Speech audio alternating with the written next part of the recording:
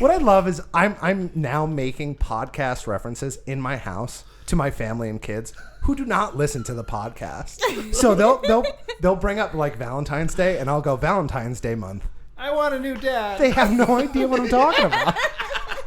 I want a new dad. There's your cold open, motherfucker. Oh God.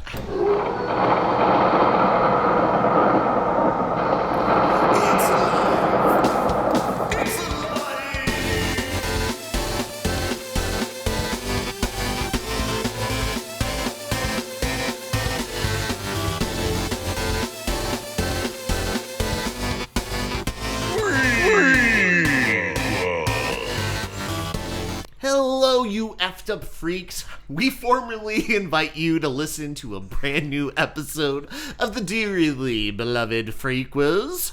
We hope to celebrate the union of jokes bestowed upon this film. Hello, I'm EJ Leeson, and I'll be your host this evening. With me is my co-host, a sexy man with sass, but he wears his heart on his sleeve, Rory Calarasi. What's up, buddy? I do wear it on my sleeve. That's adoring. I like that. That's very nice of you. That was very romantic. Yeah. Could you say that again, but like slower and into my eyes? Okay. Don't break eye contact. I'll be your host this evening. Stop touching him. Along with me is my co-host, a sexy man with sass, but he wears his heart on his sleeve, Rory Calarasi. Let's turn this podcast off and you and I go make some magic together. Let's get out of here. Ow! And also among us is the podkeeper himself, fresh from the womb, and loses his mind over a game of peekaboo. Young Vince. Hey, dum-dums. How you doing? I'll give you a minute to recover. Sorry. I love that you were so happy with your own joke. I was. I know. No, good I just for picture me going like this, and you're like, oh my God, just so happy. Yeah. A 40-year-old man. You know what really effed him up the other day? What? I took his nose. Oh my God. Oh my God. He still hasn't given it back. He put it in his pocket, like, and then he took it out of his other pocket. I don't know how he did that. It's pretty impressive, Rory. He's so dumb. Vince is so dumb. That's why you don't get paid. Stupid. Hey, you guys are getting paid? Yes. Move on. And last but not least, Oh, yeah. a cause of wonder and delight, expert on vampire lore, a fountain of knowledge, the ever-talented Miss ELLE SNOW. That is very kind of you. Thank you. You're welcome. Wait, hold for applause. I also struggle with object permanence. What is... Oh, my God. Coming out of the gate with big words. All right, now explain it to Elle, I've got your nose. You can't see it right now, but she's losing her mind with fear. me. She can't find it. She can't smell anything. She doesn't know what to do. Who knows? Who knows, man? So what's new with you guys? Have you guys watched any new movies or done anything cool? I have not watched any movie since our last podcast, which was all of 2 hours ago. Right. Rory, have you seen any new stuff? I did. I saw some new movies. What'd you see? I saw May December. What'd you think? I think Charles Melton is the lad's name. Totally got snubbed. You know they named him Melton because that's what he does to our hearts. Yeah. Melton Hearts. Did you see that movie? No, I didn't watch it yet. Dude, he's phenomenal in it.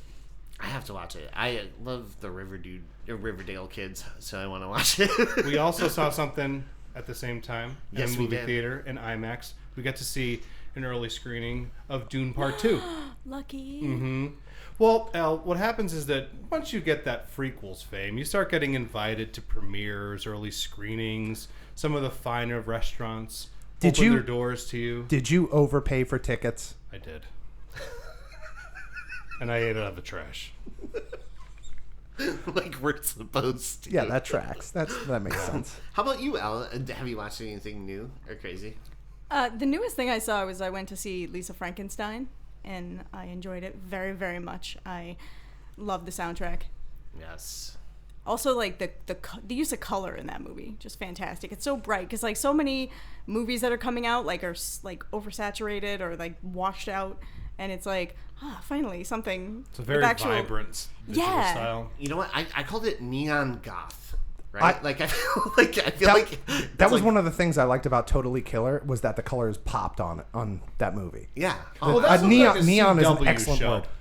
I know what you mean, because I remember sorry. You're good. No, go. No, but when I was watching that movie, I thought the exact same thing. I'm like, it is a very beautiful visual style, you know? Yeah. Was it Zelda Williams? Zelda Williams. Yeah. Daughter of Robin Williams. She's awesome. That was her directorial premiere, if I'm not mistaken. What a debut. Directorial debut. Yeah. Look at us. But no, that movie is fantastic. I would love to talk about that at some point. I think we should do an episode. I think we're going to come on back to talk about Lisa Frankenstein. Frankenstein. You're coming back for that episode. Yeah. Hell yeah. Yeah, absolutely. Yeah, and I watched Paths of Glory for the first time. Did you ever see it? The Kubrick movie? Yeah. Of course, asshole. Yeah. It was so good. So pleasant. Yeah. Sorry, I didn't mean to lash out at you. No. Kirk Douglas is phenomenal in this movie. That's a heartbreaking movie. I know. It's really hard. Really good. It's weird that that movie never gets brought up. Like when you talk to people about Kubrick, right? It's always the same ones. It's like Clockwork Orange, Shining, Full Metal Jacket. No one really talks about Paths of Glory. I don't understand why. I think it's phenomenal. I can't believe it took me this long to watch it. I know. I'm disappointed in you. I know. Me too. Yeah. I am too, saw but Dune not 2. because of that. But go ahead. I saw Dune 2. Awesome. Did Dune you Part also 2. get the cool invite that no one else got except Yeah, you the and trash because you one. guys are so cool with the free rules? Yeah. Oh, okay. Hey guys, thanks for inviting me. But anyway, Oh, no problem. I'm gonna rewatch the sci-fi miniseries out of spite.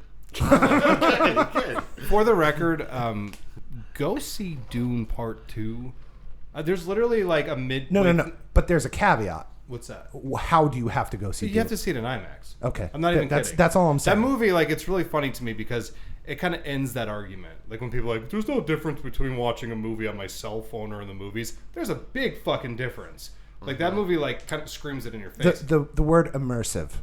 Dude, there was a point midway through where my eyes started to water because I was like, this is a real fucking movie.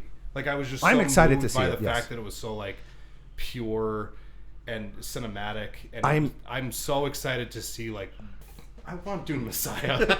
Do not die, Denis Villeneuve, until you make that movie. I am envious of the time that you guys have to go see movies because I would have loved. You said 2 weeks ago, go see Dune 1 because they have it in IMAX. Didn't get to see it. Dune 2, I seriously doubt I'm going to get to be able to see it in IMAX. But anyway, yeah. My whole life's falling apart. Hey, man. I just see movies all the time. That sounds like a good life to me, though.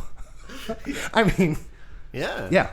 I also listened to Fly on the Wall. I finally got around to listening to. No, I've listened to it a while. Yes. But I kind of put off the Phil Hartman thing dedication show. Yeah. Because it was 3 hours. Yeah. And so I finally got around to listening to it, and it was incredible. It was definitely worth.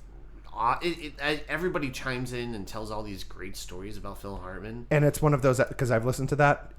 Yeah. If you listen to it once, listen to it again because there's stuff that you're going to miss. Oh yeah, And it's really good. Yeah. And they just talk about what a brilliant guy he was, and he had no care. He just would go out, crush it, and then go back and be like, let's talk about my sailboats for a while. And they're like, what?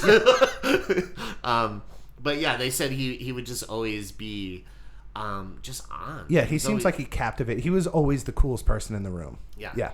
And they said that Chris Farley, everybody called him the glue. Yeah. Yeah. Yeah. I feel like even The Simpsons, when he was no longer on the show, marked where the show changed. Where it changed, it's still funny.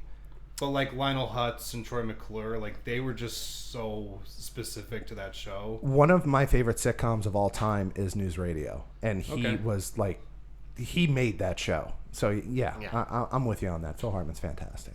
Let's get into this movie. So this is the first time for you, right, Vince, watching it? This is the first time for me, and I watched it twice in the time that we did that. I did the thing where I started watching it here while I was cleaning at the restaurant, and then watched it at home, and then watched it again, bits and pieces here all over again. And I loved it. I thought it was fantastic. I thought it was beautifully shot. I don't know if you've ever seen my outfits. I mainly wear black.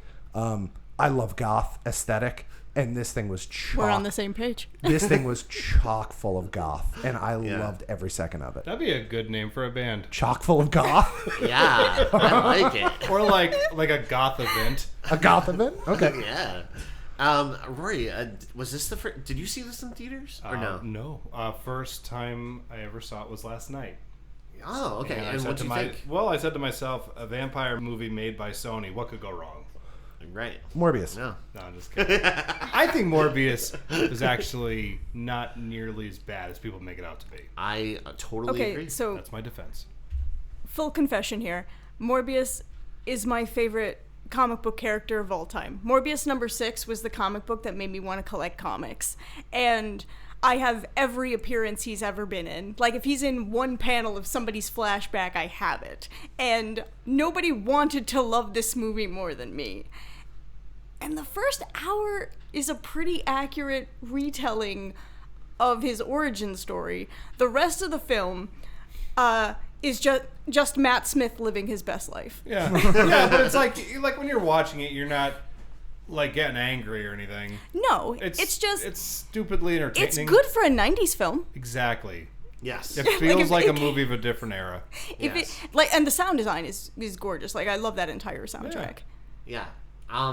But yeah, no, we are not talking about Morbius today. I'm sorry. Wait a minute. All my notes are for Morbius. I got a whole section Sorry, of Jared gang. Leto. So sorry. Sorry, gang. So, EJ, before you move on, so you guys said we're doing the invitation. Elle wanted to do the invitation. So I hopped on Apple TV and I found 2 The Invitations. And let me tell you, I was interested in both of these movies.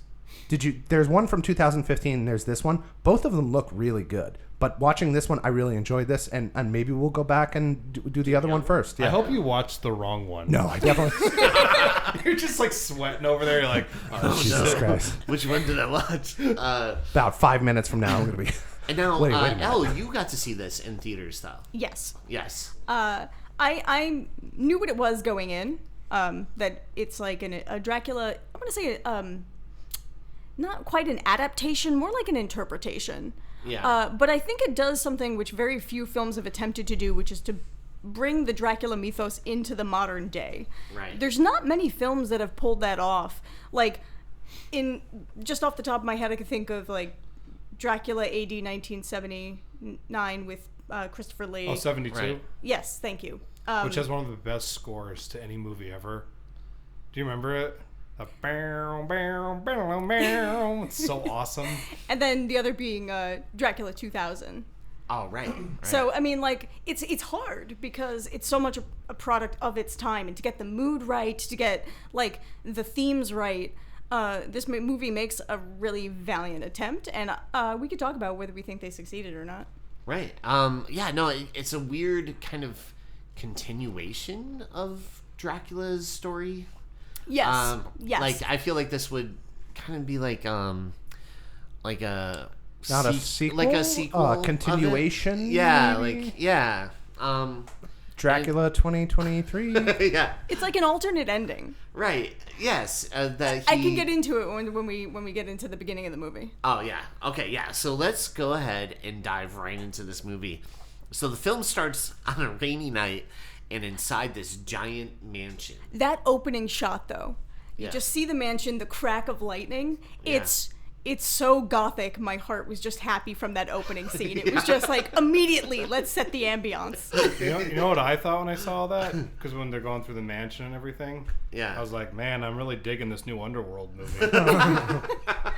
Because it kind of looked like it, didn't it? It did. The foyer has that beautiful statue too. Yeah, the dragon statue. It's a reverse of St. George and the Dragon. So, like, usually St. George, the patron saint of England, is killing the dragon. England conquers evil. But here it's a reverse. It's the dragon standing over a knight whose sword is, impotent beside him. So it's like the dragon wins. I had that same note. Go ahead.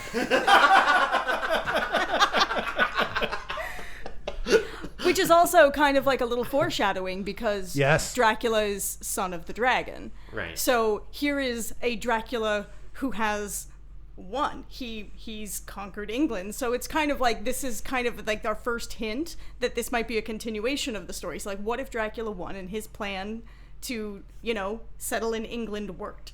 Right. Listeners, buckle up because you're going to get schooled. Yeah. Yes. Not by us, but by our guests. Not by the three of us. Yeah. We'll confuse you. Us dumb We're dumbs. going to No. be stupid. Stupid. Hey, do what you do best. And that's being stupid. Hey, I got your nose. All right. So, a man is asking this lady to feed. He's like, you have to feed. It's been a couple days. Boom, boom, boom. Like, open up. And then she's like, nah, man, not anymore. And so she runs out of the line from him. Yeah. She runs out of the room and grabs a little bit of piano wire. Which was a beautiful shot because I love a grand piano. And the foreshadowing of that, I knew exactly what she was going to do. And going out to the hallway and then the foresight to know I'm not... The idea to know that I'm not heavy enough to kill myself with this, I need something heavier, is jarring and eerie. And to put thought into that I'm not going to snap my neck right away, I really need to weigh myself down, is a fucked up thought. Yeah. It's commitment. It's commitment to the bit. But go ahead. Yeah, I'm sorry. I just thought she was like protesting oil and wanted to ruin a good piece of art. That's what I had in my notes. Oh, well. Hey, we all take away different things. Well played. Sorry. Way to be topical. Yeah. No. So we see this lady. She commits suicide, and then it cuts to USA. Well, Yeah, America. Wait, before we trek past this, that line, it all ends here. Yes. Yeah. I said, what Vince looks like each week he watches one of these movies. It all ends I here. do ask myself That's why that. he's sitting there. He's like, wow, like all I gotta do is grab a piece of a statue. Maybe next time. These fucking movies these guys make me watch. No, I was happy with this one. Yeah. I enjoyed this. This was good. Yeah. So we flash over to America where we meet the main character of the movie named Evie. I like that. Fade to black. America. America, yeah. Evie, she's catering this event, which is talking about DNA tests. And she and her friends start talking about getting groped by rich guys at this party. And that's when the boss comes in. He's like, other girls would appreciate this gig. Other girls would love to get groped for this amount of money. But Yeah. And they're like, oh, we're just kind of like joking We're around. joking man. around. He's And, like, no. He's like, people want this. People People want to get groped for Yeah. money. Wait, Yeah. so I have So to ask HIPAA. you a question, actually. Okay. So he's About like, groping? tell it to Oh. HR. Yes. So do restaurants have HR? And I hope not, because in Three Jacks, the sexual harassment is out of control. Yes. Do you know why? Why? Because I am HR. Oh no. That makes That's why all makes a my lot of sense now, complaints doesn't don't it? go anywhere. I I filed have them. so much pain. I filed them right in the bin. Also, she was trash. serving beef carpaccio. Beef carpaccio. Yes. And I thought that was an interesting choice that they kept saying it over and over again. 'cause Beef it's carpaccio. a thinly sliced meat that's usually served raw. So I thought maybe they were trying to highlight the carnivorous nature of the attendees. Oh, interesting. Yeah. I Do that again. Do the. Oh, interesting. Like the phony announcer. And I look at interesting. No, I just feel I look at my notes and I'm like, I'm so stupid. Yeah, mine is just filled with stupid jokes. You actually came in with thought. And Am to I be doing it wrong? no, You're doing no. it the way we should be doing it. and to be fair, he's written out notes. He has notes on his phone. I'm just raw dogging it over here. I ain't got nothing. Raw dog Napoli. But so the friend is like, oh, we have these gift bags here. I got one for you, and inside there's this DNA test. Which Clunky way to get that in there, by the way. right. No, I thought it was perfect. How do you figure? I don't know. I wasn't really paying attention. So she comes home and from work, and she starts working on some pottery. Ceramic. Ceramics. So, yeah. Ceramics. And she's listening to some voicemails from her recently deceased mother. Which I thought was a really cool exposition answering machine. Yeah. Yes. You're a great, talented artist, and you have all these dreams.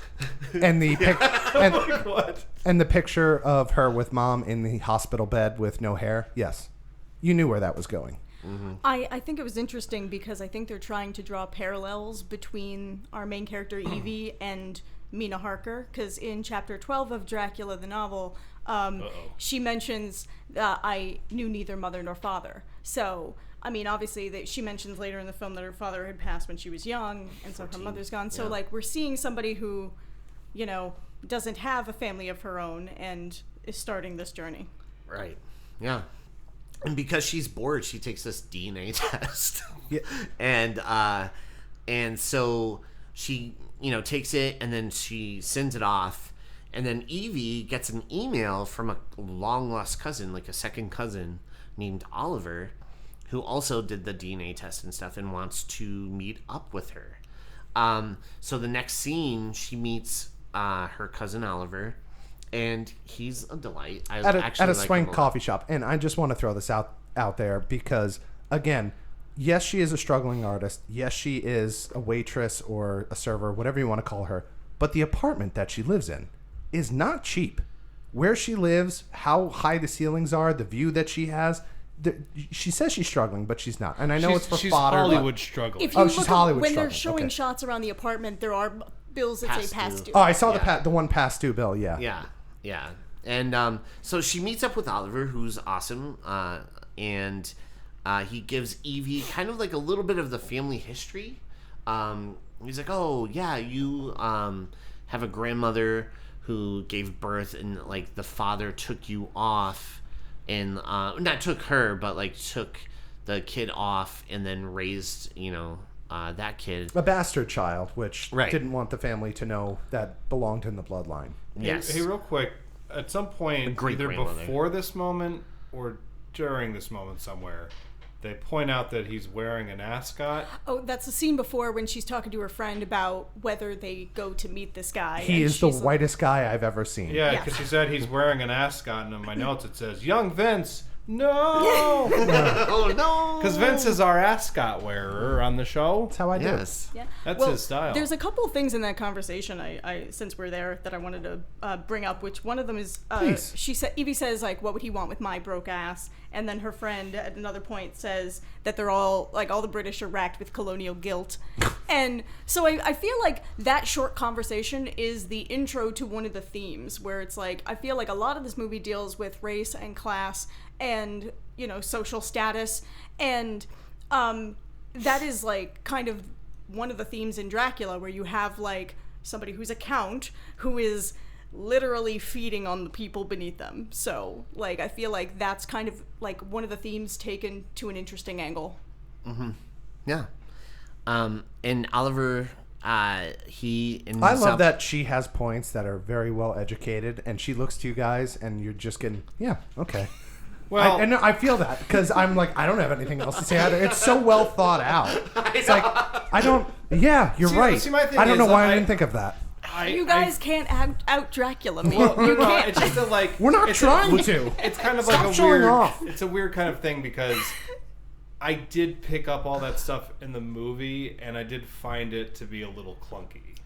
It was a little heavy-handed. Yeah, and I felt like this I don't know. I don't know much about this filmmaker, but I feel like she saw like Get Out and wanted to like make yes, something I saw. like I that. saw a lot of that in Yeah, there. Yeah, but it's like a stupid version of Get Out.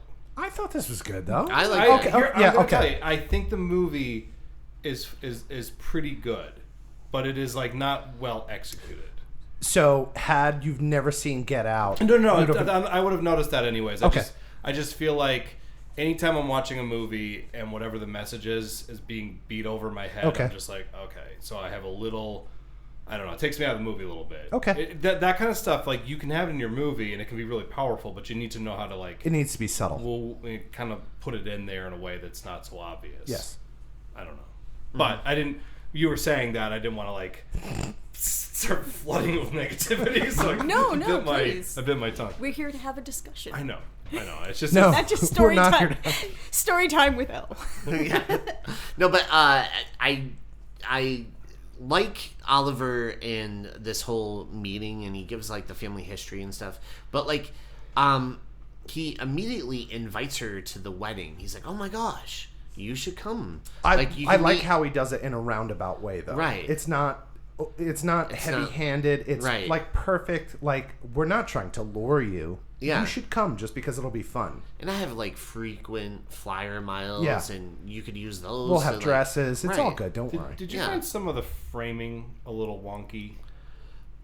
It was kind of like a low, weird framing. There was but like a lot of headroom in that one shot. I'm Yeah. not exactly sure what they were aiming for with it. Were they Yeah. trying to be awkward and give you a sense of awkwardness? That wasn't present during the conversation. Maybe. I don't Yeah. think so. Yeah, maybe that's what the director was hoping to achieve, because it did feel awkward, weird. Again, like I'm like watching it, and then I got Yeah. pulled out. And there's a couple times in the movie. For the most part, it's competent, you know. Right. There's a couple times just some of the shots I was like, shift the camera slightly, little? you Yeah. know. Like I don't know. Right. But You I mean, think- that's like I'm not gonna be that guy with. No, this that's stuff. okay. That's why we're here. Yeah, that's why we're here, man. One of the things I liked about that conversation with Oliver is he mentions his family's in real estate, and Yes. like the beginning of Dracula is him buying a bunch of properties. So Right. I really enjoyed that, like the little nod to it. Yeah, no, and even like this movie is literally riddled with like different characters Oh yeah. that have like names, you know, similar They name names to drop a lot. characters. Yeah, There's a definitely. Jonathan Harker. Right, and the head servant is basically Renfield. And Like- Mr. Field. Yeah, I, Mr. This have, was Field. Bob Iger. Yeah, Look just like him. yeah. I actually have right a off of theory Apple. that there's the while he's Mr. Field, he is meant to be the Right. Renfield translation. I feel like there's two other characters that also serve the role that Renfield serves in the novel, but we'll get to those points. Yeah. So they get to like she agrees finally, and they travel and they get to the mansion, which is called the Carfax Abbey. Carfax and the Abbey are two different properties, because Whitby Abbey is because he says we're going to Whitby in Yorkshire. Right. Whitby Abbey like overlooks the whole property, and it was Bram Stoker's visit to Whitby in July of 1890 that inspired him to set part of the novel there. Yeah. And so it was actually Universal Studios Dracula that actually first called the two properties Carfax Abbey, Abbey. because Carfax is the property in London. I had the same note, but go ahead. Damn it, Vince. Also, did you notice like the license plate? Because one of the Oh, no. rules was take a photo of the Oh, license yes. plate. Oh, yeah, so I'm that's like, right. let me see what this license plate is, and it's QZ51BRM. I'm not sure if the BRM is supposed to be Bram? Bram. Yeah. Yeah, little Oh, nod. interesting. Yeah. Interesting. It's so much detail. So But- I want to point out how every step of the way her friend in America is telling her how bad of an idea all of this is. Right. And she just keeps moving That forward was with one of it. the Get Out things for me. Because Was remember it? how Yeah, Columbus had, yeah. like, the That friend was that was like kind of definitely- almost the same But character. I enjoyed that. Yeah. I really thought that was fun. Yeah. That actress was hysterical. She was great, yeah. She was, like, Especially at the One end. last thing about Whitby. In the novel, Mina says there's a legend that a white lady is seen in one of the windows. Oh, So- neato. I feel like that comes into play later in this film. Yeah, with the great Great-grandmother in the window, Yeah. yeah.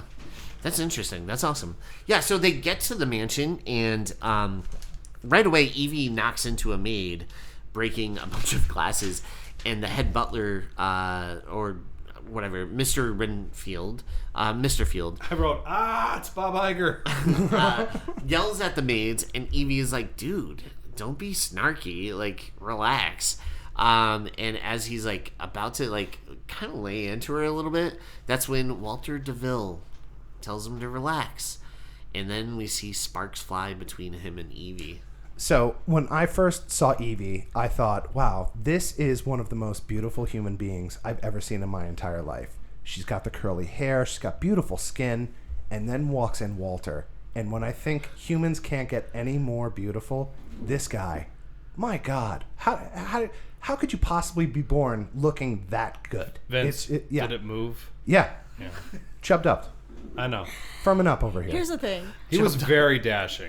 He is dashing, but I know him from the Disney Channel when he played Harry Hook in The Descendants. So I look at him and I'm like, that is a child? That is a little baby man. And I cannot find him attractive that I also way. saw that. And Vince still chubbed up. He was still... No, I mean, honestly, when you see this guy walk into frame, you're like taken aback. Like, he has how a could presence. How could a human be this good looking? And then you throw an accent on top of that, like fucking James Bond. Get out of here. Why isn't this guy being considered James Bond? He's right. Yeah, he's fantastic. Why aren't people bringing his name up? I don't know, because he should be. You know what I think? His ability to display all the confidence in the world. Right. He's just so like in command of every scene that he's in. Not James Bond, but I think he'd make a great villain. Oh yeah. Even if he's not like James Bond, He at was least like a villain or Rami something. Malek and Harry Styles had a baby. That's what I think he looks like. Yeah. Yeah. Also, the name. Oh, Walter DeVille. Yeah. Devil. Yeah. Yes. Walter Devil. You got one. Oh yeah, I got that too. Look at us. That was in my notes. I'm like, I've seen 101 Dalmatians. This shit doesn't slip by me. But inside Mr. Field, he's showing Evie to her room where she meets Mrs. Swift, not related to Taylor, her maid. And the room is nice, except for there's some bars on the window. But Mrs. Swift tries to explain, sometimes... Strikes. Will like fly into the windows and stuff. So just be ready for that. Yeah, that's a thing. Make peace with that. A carnivorous bird. Yeah. Who once pecked out someone's eye, apparently? A bellboy's eye. A bellboy's eye, yeah. I think he got that, like Uncle Alan or Alvin, whatever the fuck his name is. Oh, yeah, He's missing an eye, too. Yeah, that he Nick is. Fury looking guy. Oh my god, yeah. Was he the boy? He might have been. Elle? Oh. That could Maybe. be. I did not make that connection, but that's a good Hey, I got one. I'm going to take that as confirmation. Yeah. Hey, confirm it. Sanction this. That night, she calls her friend. Wait, real quick. Oh, yeah. Funny little joke when they say that the mirrors are broken. Oh, Yes. yeah, Like, yeah. I get it. Because there's vampires in the house. Yes. Oh, great note. Yeah. Take that, Elle.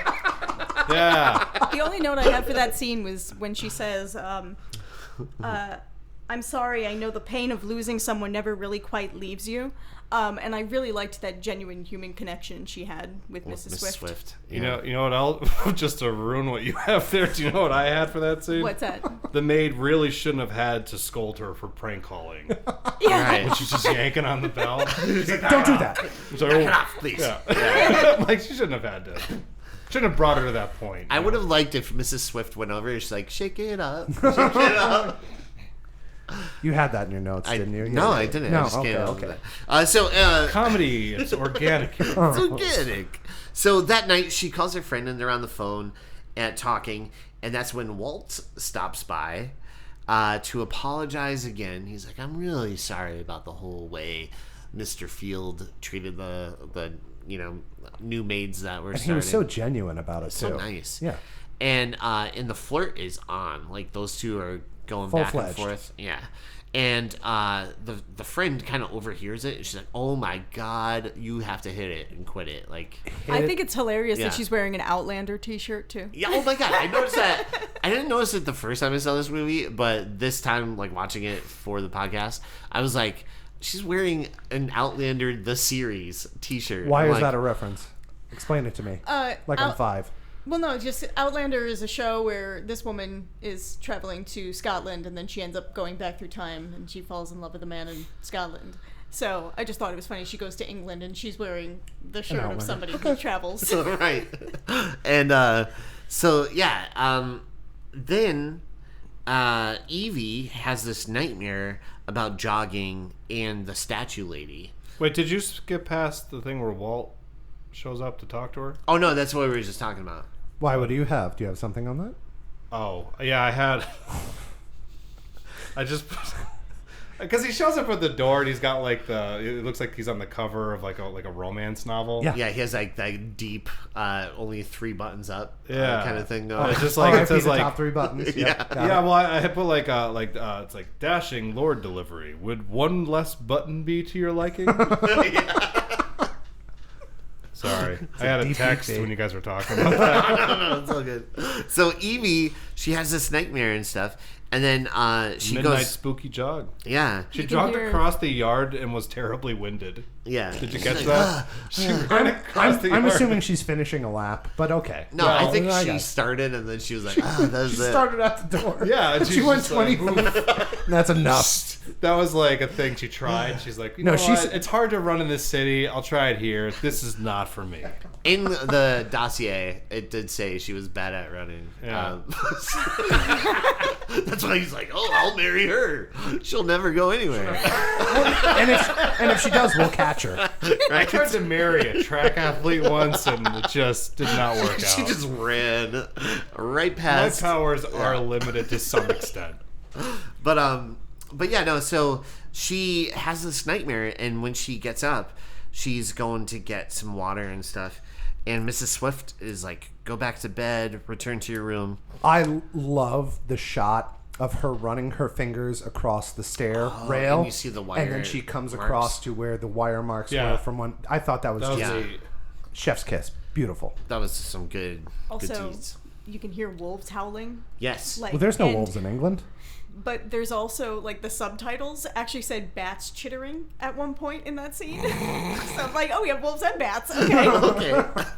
Interesting. But we see where she's like kind of looking down, and Mr. Field is talking to like There's the 5 a maids. There's a lineup of maids. Yeah. And so he's talking to the 5 maids, and he sends maid number 2 to go into the library. Do you have any notes for that? Is there? Did I miss anything? got nothing. Oh, okay. Just the way you said it and you looked at me. Like you looked at me like, please say something. Just ready for you to go. I had that in my notes. I just so like you. All right. So, but I gotta say, I love the music that leads up to that point. The score. It's like the wah wah. Do you know what I'm talking about? No, but keep going. Okay. So, anyways, the score is awesome. But the maid goes in and she enters the library. She starts cleaning. I love that the drawer for the key. Yes. That's really cool. Oh, yeah, I wish I it's- want one of those yeah. for my house. Yeah, I know. It's pretty rad. And then we see like this old record goes on, and it just starts It is skipping. a phonograph, I believe, not a record player, an LP player. It's a phonograph. A 'Cause phonograph. Like Elle, I watch with the subtitles on, Yeah. and it says phonograph scratch. But yeah, And so, They're not that rich. yeah. Can't get a fucking MP3 player or something? Also, all the creepy taxidermy that's around the room. Yeah. I think that was there to imply, like, hey, you're in the presence of a hunter. Yeah. ooh. Yeah. I also love the shot of this scene where it's very subtle, but like the head of a deer or something like that, but you can see in the eye the reflection of something happening behind her, which Right. is just, I love stuff like that. See, again, I went to the wrong place because I wanted like the music to play, and then I wanted all those deer heads just start like headbanging. Like they're all real into the music. Yeah, and they're You know? like, "This is I remember this one." Yeah, Start playing Slayer yeah. on the phonograph. Give me fuel, give me fire. That's Metallica. No, How dare you? No, I'm just saying that's a good song. I feel like deer like. You think deer would like that? I went with "Got My Mind Set on You" by what's his name? Oh, that's actually a really good reference. With George Harrison. George Harrison. Yeah. Yeah. That's a really good reference. He's in a Thank cabin. you. It's a very Evil Dead thing. Everything's moving in Everything's the cool. cabin. That's cool. Yeah, that's a Hey great guys, I don't know if reference. you've heard of it. George Harrison. Check him out. Yeah, he was like really. He was popular at Yeah, one point. he had like this little pocket of time where Yeah. he seemed. He was in a cool band too. I Yeah. forget the name, but go ahead. Go ahead. Move Something. on. Something. Something. So, anyways, That was a joke right there. That was good. That was a good I like joke, it. right? Yeah, it was Because you wrote that song. I'm explaining it to the audience because they're stupid. Dumbass. but we see where she's getting a little freaked out, and then boom, she's taken by the ceiling monster. Ceiling. Monster. Bat? Ceiling. Yeah. Benny Ceiling. Gesserit? Ceiling thing. Yeah, Was it one of, that's what it reminded me of. That's a Dune joke. Don't get it. I understood that reference.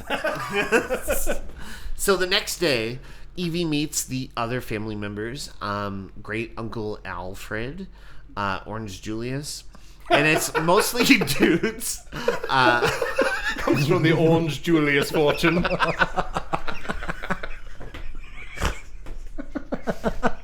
Mostly at malls these days, but Rather quaint, but so then we see Oliver fills in Evie that her and Walt DeVille aren't related. He's like, because she's like, am I related to like the Lord Duval? Yeah. And DeVille, I mean. Yeah. And he's like, oh no. oh yes, but that's quite normal here. That's Yeah. not normal here. Yeah. We like to keep the bloodlines clean. Also, they announced her at the party as Evelyn Alexander, Yes. even though her name is Evie Jackson. Yeah. So the fact that they're willing to be like, nope, this is how we see it. We've changed your Yeah. name for you. You're an Don't worry Alexander now. And she's like, okay, whatever. Yeah, that is kind of evident throughout this whole thing, is that like she has her own life and everybody's like, no, you're an No. Alexander now, Yeah. whether you like it or not. Yeah. So meanwhile, Mr. Field sends two maids down to the wine cellar to fetch some wine. Dee and Imogen, I think, are the two that he sends down. Sure. And they look for the wine, but they encounter some hooded vamps. Hey, I'm gonna hijack the show for a moment. I'd like Yeah. to do a little call out. Go A ahead. little shout out. I think there was some solid mice acting in the scene because I saw right. some mices Yeah. in the wine cellar. Scampering was saw- great. I saw a spider, and Oh, his that was acting good. was very good. Yeah. And I really think the creepy blinking lights set the mood. I enjoyed But mostly, all I'd that. like to go back to the mice. I think they did a really good job because sometimes mice acting isn't always as awesome as other mice acting. And this one, I just thought it was good. Yeah, normally we see like mice, they're just like, oh, we'll go from point A to point B. But this one, he kind of like paused a little bit. I think it has a lot to do with the director, where they're setting a tone when they're making a movie, and it's just like one of those things. Like you see the actors act, and these mice are just like, we have to step up our level. If we're going to be as good as everybody else, we need to step up our mice acting and be the best mice we can be. Well, they were very excited because they had just gotten their SAG cards. Okay, Yeah. that makes sense. Yeah. They just walk onto that set like, we got to get that cheddar. Yeah. Yeah. Bye. That So- was the last we ever saw, Vince. Evie returns to her room and finds this very nice dress from Walter. So she goes to the dinner, and where she meets Victoria and Lucy, But who are the bridesmaids. Ah, Dracula. Yes. Yes. Yep. And they're the bridesmaids. Lucy seems awesome. Victoria, not so much.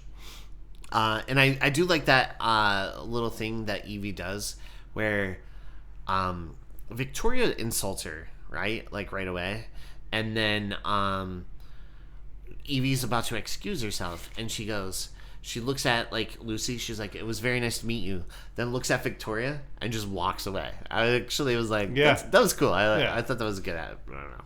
I like that. I did like that moment. I like that with Lucy, she seems to have like a real connection. Lucy wants to seem to get to know her, whereas Right. Victoria seems to be more like concerned with propriety and class and like you know the proper way things are done. So even Yeah. to the point of criticizing Lucy. And so I think it's interesting to see the difference between the two of them. Right. He's a snobby vamp. Yeah. Yeah. Victoria is definitely all about the traditions and stuff, and Lucy seems to be about love. Yeah, Lucy's like, She's- I just want a friend. She wants a sister. Yeah, She's not getting it from Victoria. She's always wanted to see New York. She did? yeah, Yeah. Which is sad because I would like to have seen a sequel where they were frolicking through the streets of New York City together. Because she promised her. yeah. But obviously we're not ever going to see that movie. And in walks Walter DeVille. And he's like, ladies. Yeah, I do like that Mr. Field is like announcing everyone as they come. He's like, the Lord Walter DeVille, right? Whether they And- want it or not, either. Yeah, and we see where Lord he... Micey, Lord Mouse. Count Spider. They're all walking in with their little tuxedos. So we see he immediately pulls Evie up to a customary like first dance. Yeah, love Walt the does a dance. waltz. Yeah. Get it? Waltz. I love the dance. Did you write that down? I did. It seems like this is a trend that started You with liked it. the 1979 version of Dracula with Frank Langella, Yeah. where he dances with Mina. And it seems like so many movies have paid homage to that. It's in Bram Stoker's Dracula, it's in Dracula Dead and Loving It, it's in Van Helsing. And Yeah. it's like, I feel like this is a continuation of that. And so like every time Dracula dances with somebody, I'm like, oh, it's that scene. Yeah. Again. I love it. Again. You know, Yeah. it's like, I never get sick of it. It's iconic. Yeah. Yeah. I've And never seen it's it, a good but I'm way to assuming. have your characters kind of have that intimate connection. Yeah. You know what I mean? In front of everyone, because like a lot of those moments normally are like we see in private, and it's just like one-on-one. So like to have them in an open setting with the other characters around them, and they have like that intimate like dance. Do you know also what I mean? Right. do you also think that he's like trying to make it kind of romantic for her, like what he thinks Yes. that she probably wants to see? It's a very Prince The following Charming. scene absolutely highlights Like he's that. playing Yeah. up romance Yeah. for her. Yes. Like look how dashing and like Prince Charming, like you just said. Yeah. And the for always the line, just follow my lead. I mean, I feel like that's in every like I don't know how to just follow my Pulls lead. her in tighter. Yeah, pulls her in. Yeah, she doesn't know my where to lead. put her hand. Does it go on your shoulder? On this? I don't know what to do. He's like, there's no wrong answer there, honey. Between my cheeks. Said the producer. So Not on this movie. This is not the 80s anymore. No, sir. no, we're in 2023. They've Things got have like changed. intimacy coordinators Yeah. now that are just like, you keep the cigar smoking guy outside. Yes. but He's Walter parking cars now. yeah. Walter and Evie then go for a little walk, and he takes her to this one room A where little private spot. I want to show you something. yeah, Never heard that And before it's in a this movie. room. It's kind of like opened, and he's like, "Yeah, I brought some pottery stuff you could spend," and she's like, "Nope, it's called ceramics. Ceramics. It's ceramics." How dare you? Yeah. I like that icebox building that they passed. Oh, like What's the that? ice house. It's where we yeah. keep the dead bodies. I mean, ice. It's actually where we keep our boogeyman. yeah. And then they get to know each other a little bit, like their hopes and dreams and stuff like that. And they go in and then like about to kiss, and fireworks are going off, So perfectly cliche. timed. Yeah. And She's I do not like demonstrating even- power at that point too, because she's Yeah. like, "Oh, this is cliche." He's like, "Would you like me to stop them for you?" yeah. Like he And- could just do anything. And Right. she kind of believes like, oh, he could if he wanted He's to. not Yeah. even being subtle though. Yeah. Like she's like, I appreciate you apologizing, and he's like, well, I just did that to impress you. yeah. Yeah. And he kind of, she kind of calls him out on everything, though, doesn't she? She's like, I know what you're doing. For Yeah, the but he's record, not even lying. No, he's not. He's, Oh, yeah, Which is 'cause great. he's like, literally, I'm love bombing you right Yeah. now. Yeah, and then because he's like, "Why don't you make something?" She's like, Oh, what in about this my dress?" dress? He's like, "I could buy you another." Oh, I'm so silly. I brought up my money. one little thing, when he said that he was going to make the fireworks stop, Yeah. I really wanted them to just pull out like a little like controller, the A little whistle. fireworks go bye-bye button. Like a walkie-talkie with a It's just special kinda button on like- it. and they It's stop. just like a giant controller with one button. It's One of just, those like really Stop. tiny antenna- he extends the antenna and it's like, I wish they would have cut to a shot of the like fireworks technician, and then all of a sudden there's a red dot on his shirt. I was really hoping she was gonna like the fireworks. I really was. and while they're smooching, Victoria is kind of watching from the outside, giving this vibe that she's maybe a little jealous of the attention that this one is getting. And she's also undeserving of Yes.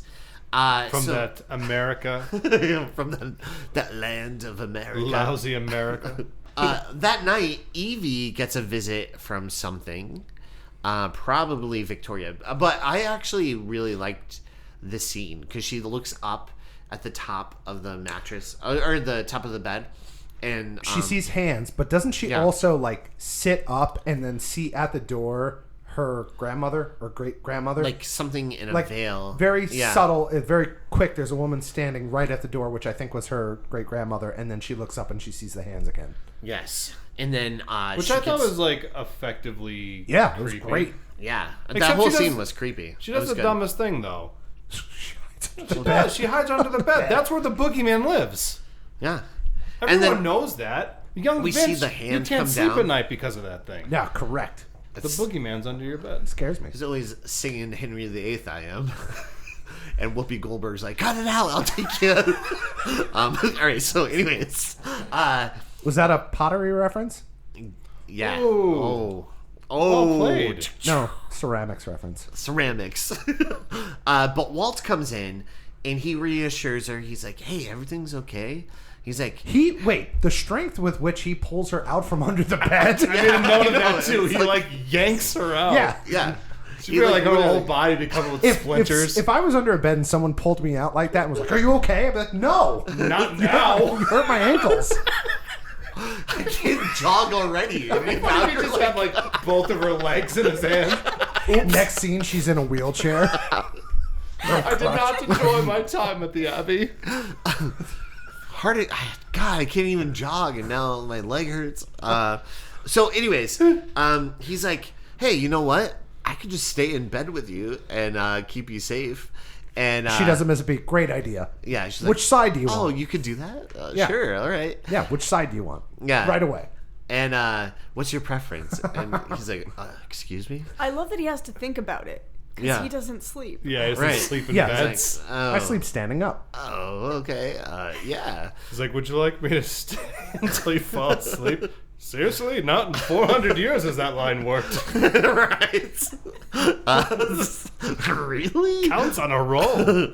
But in bed, they kind of share their dreams a little bit of like, hey, and I would like this to be my life. She shares her dream, or no, he shares. She shares her dreams, and then he falls asleep. She falls asleep while he's talking. Yeah. That's what she wanted anyway. I found that entirely rude. Well, aside from that, he says, while she's falling asleep, he says, I want someone to see me as I truly am. Yes. So, is that part of his he's trying to manipulation, tell her. Or is this him actually, like, are we seeing, like, a little bit of the desire that he might be a little bit genuine? I thought that's what I was going to say. I think he's trying to be genuine with her in hopes that she will accept who he actually is. I read that as sincere. Yes. It was something about, like, the framing and the look on his face. Yeah. Like, I think he does somewhere deep down inside desire. Genuinely wants, like, stability. Yeah. Yeah.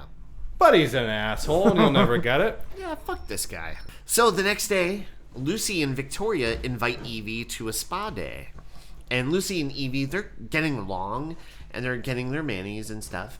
And while Victoria goes for a nude swim. Woof. Wow. Go ahead.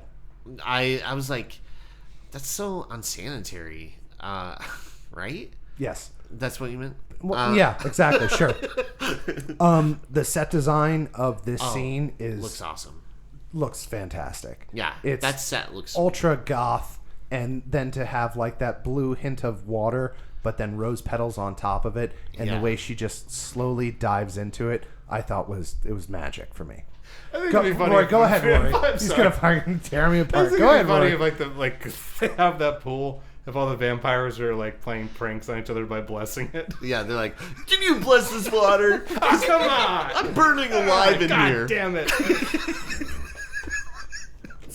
I'm burning alive in here, man. You know I gotta practice. Now I gotta get all new water in this thing. The most tense manicure ever. Oh, yeah. That's unnerving. It built up an anticipation and gave you some. It paid off, too. Yeah. I thought it was shot well. Editing, like the way they shot it, the sound editing for it, and just like the way it just feels like it's escalating something is going to happen. It builds to something and there is a payoff to it, which I liked about it. The score at that point, which is something they use like a couple times in this movie, has that like blink, plonk, blink, blink kind of sound. Like, so it almost sounds like a piano string. So instead of striking a piano key, you're plucking the strings inside Which of it. is And I know what you're interesting, talking given about. the beginning scene. Yes. So Agreed. I feel like it's kind of like a little hint of that every time. God damn it, you're so well versed at this. Go ahead. You're crushing us over here. In my notes. This is why we don't have...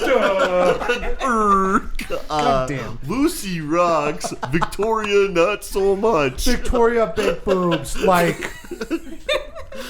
So Victoria tries to drink. Like, so we see they're getting... That was awesome, too. Yeah. So she gets a cut on her finger. Evie gets a cut on her finger. Yeah. She's like, ow. It's like a hangnail. Do you ever pull Yeah. a hangnail and it goes like a little too far? That's the worst.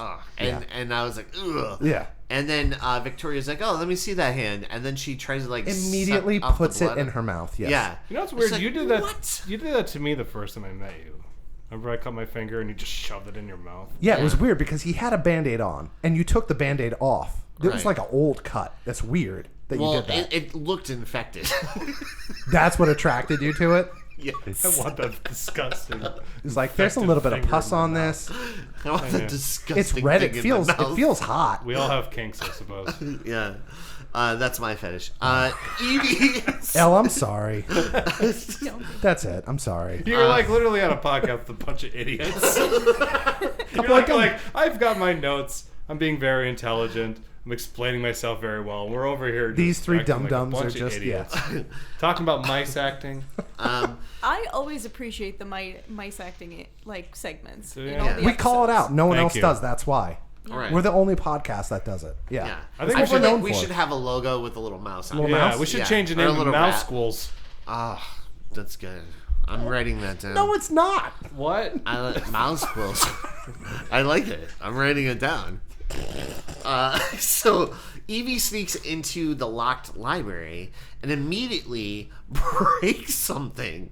Like she's like, all right, I'm gonna sneak around, and then knocks over a glass. A klutz. Yeah, Everyone's she immediately- breaking things in this movie. It's like what? A third of the running time is people going, oops. Oops. Well, this is after she already broke the thing in her room. Oh, which was Yeah. excellent foreshadowing. Because as soon as that happened, I knew what was going to happen at the end You of the knew movie. where it was, what Yes. they were going to do with Yeah. that. That's the only thing that sucks about it. Is you're like, oh, it's a vampire. They're going to, yeah.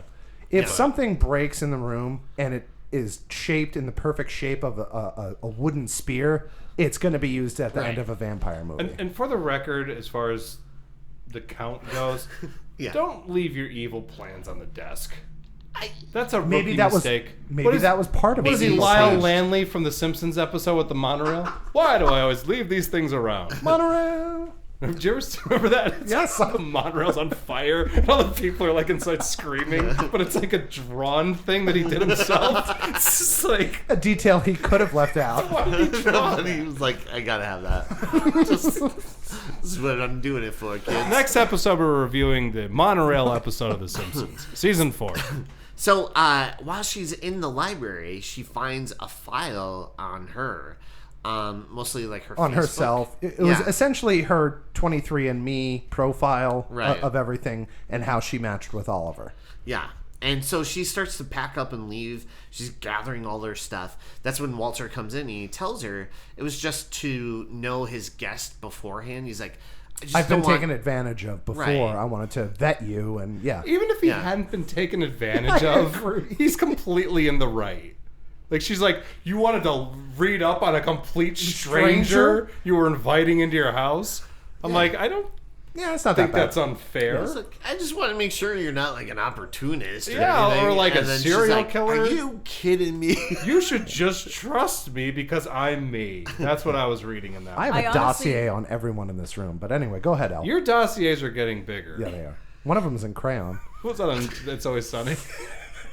One of these is in crayon. Yes, my record on D started in the 2nd grade. Go ahead, Al. I'm sorry. We got our Sunny reference in.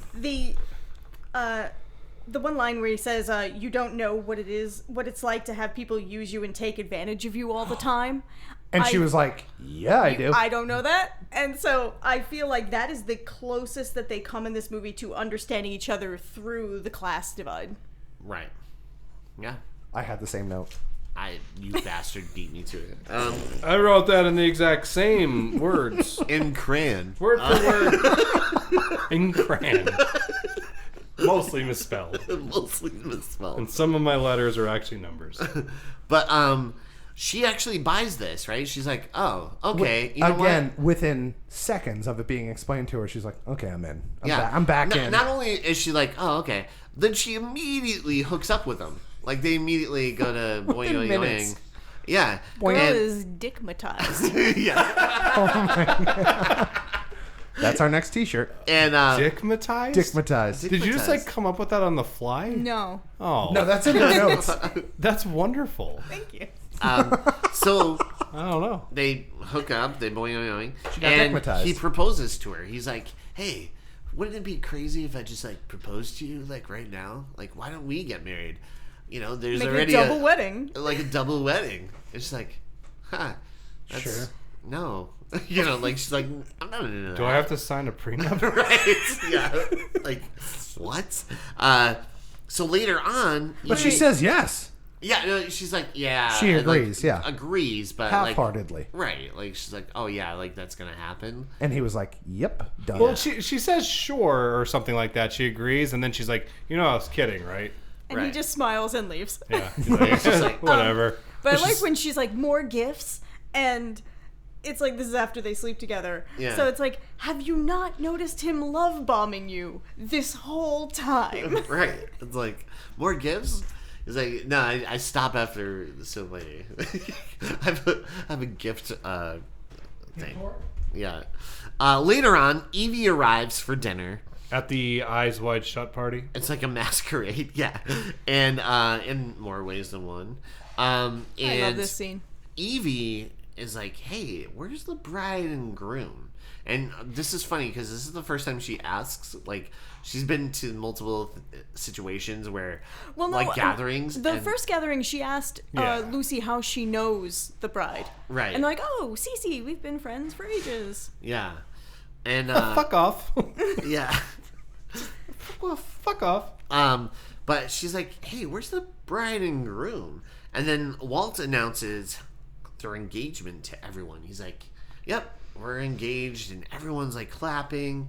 And that's when they kill the maid and use her blood to like raise a toast. And it turns out Lucy and Victoria are also Walt's brides. And that's when I realized that this vampire's a Mormon. Yeah, he's just like, Great. great. That's a good joke, all right? Sorry. And so then we see where, I actually love this scene so much because it Yeah. starts off as a masquerade, and then this is literally the scene where the masks come off. Yeah. You know, like, so as soon as they kill the servant, it's like almost pandemonium. Like, right. they have these great shots. Pandemonium Of just for Evie. yes. Yeah. Yeah. Everybody else, it's perfectly normal. To her, it's like now you see like the rotting head that's on the table, and like Yeah. everybody just The way ripping they're into eating. the meat. Yeah. Yeah. It's vicious. It's brutal. It was so well done. Yeah. Reminiscent of Boromir's father biting into a tomato. Yeah. That's all I have to Yes. say. But I also want to mention, before we move past it, if you ever walk into a room and people have those mask things on, turn around and walk right back out of that room, because nothing good is going to happen. Yo, next episode, we're going to be wearing those masks. But what about like Phantom of the Opera? No. They have a How'd whole that turn song. out? How'd that turn out? They're like masquerade. Masquerade. The song is really lame. Masquerade. This is the song we should have cut. This If anything could go, it's this song. The song. Masquerade. The song is very lame. Masquerade. So, anyways. I like that song. no, I want to stay on the scene for a minute. Yeah.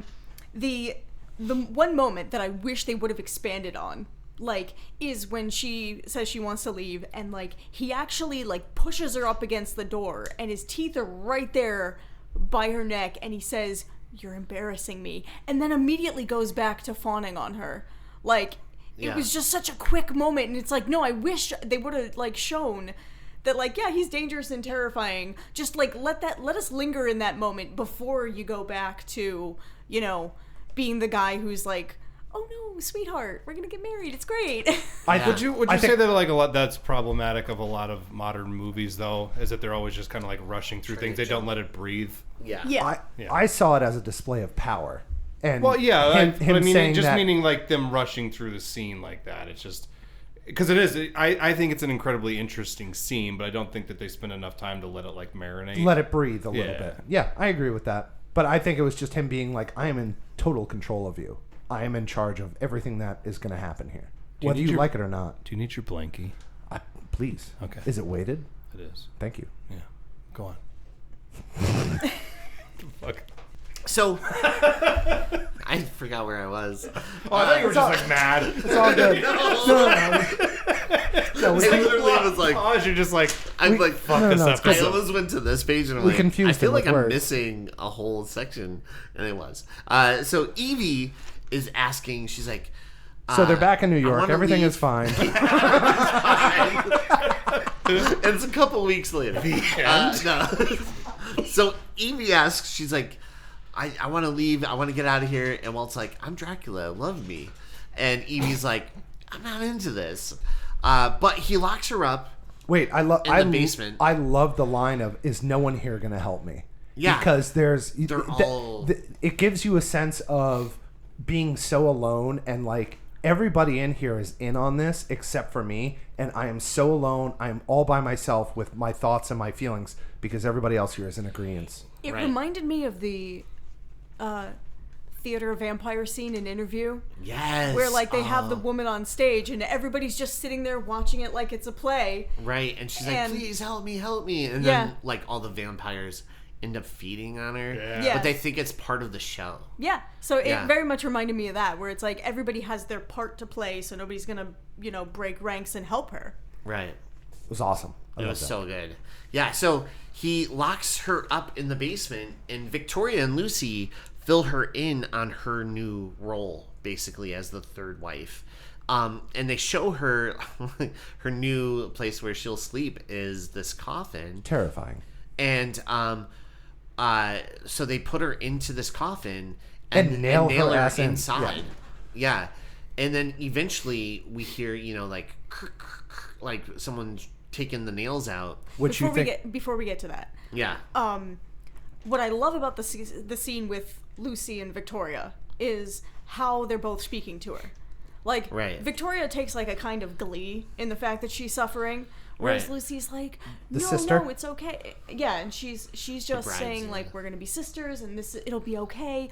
But I feel like because Lucy made mention of the line that like, there weren't as many options for us. So like, whereas Lucy's like, well, try to enjoy it. Right. You don't have a choice in your oppression, so try to enjoy it. Which is Victoria is like, I take joy in my dominance over other people.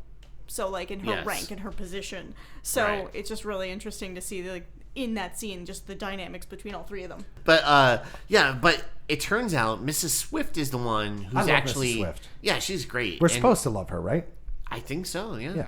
At first she comes off like, don't touch that, but But then I see that as she she's trying turns to around. help her the whole time. Right. She's telling her, don't do that, don't do these things. And Right. She seems awfully cold, but I think it's just the fact that she shows her like such compassion and she sees her as like a person. And she's been around It for so warms long, her, she knows. her cold English heart.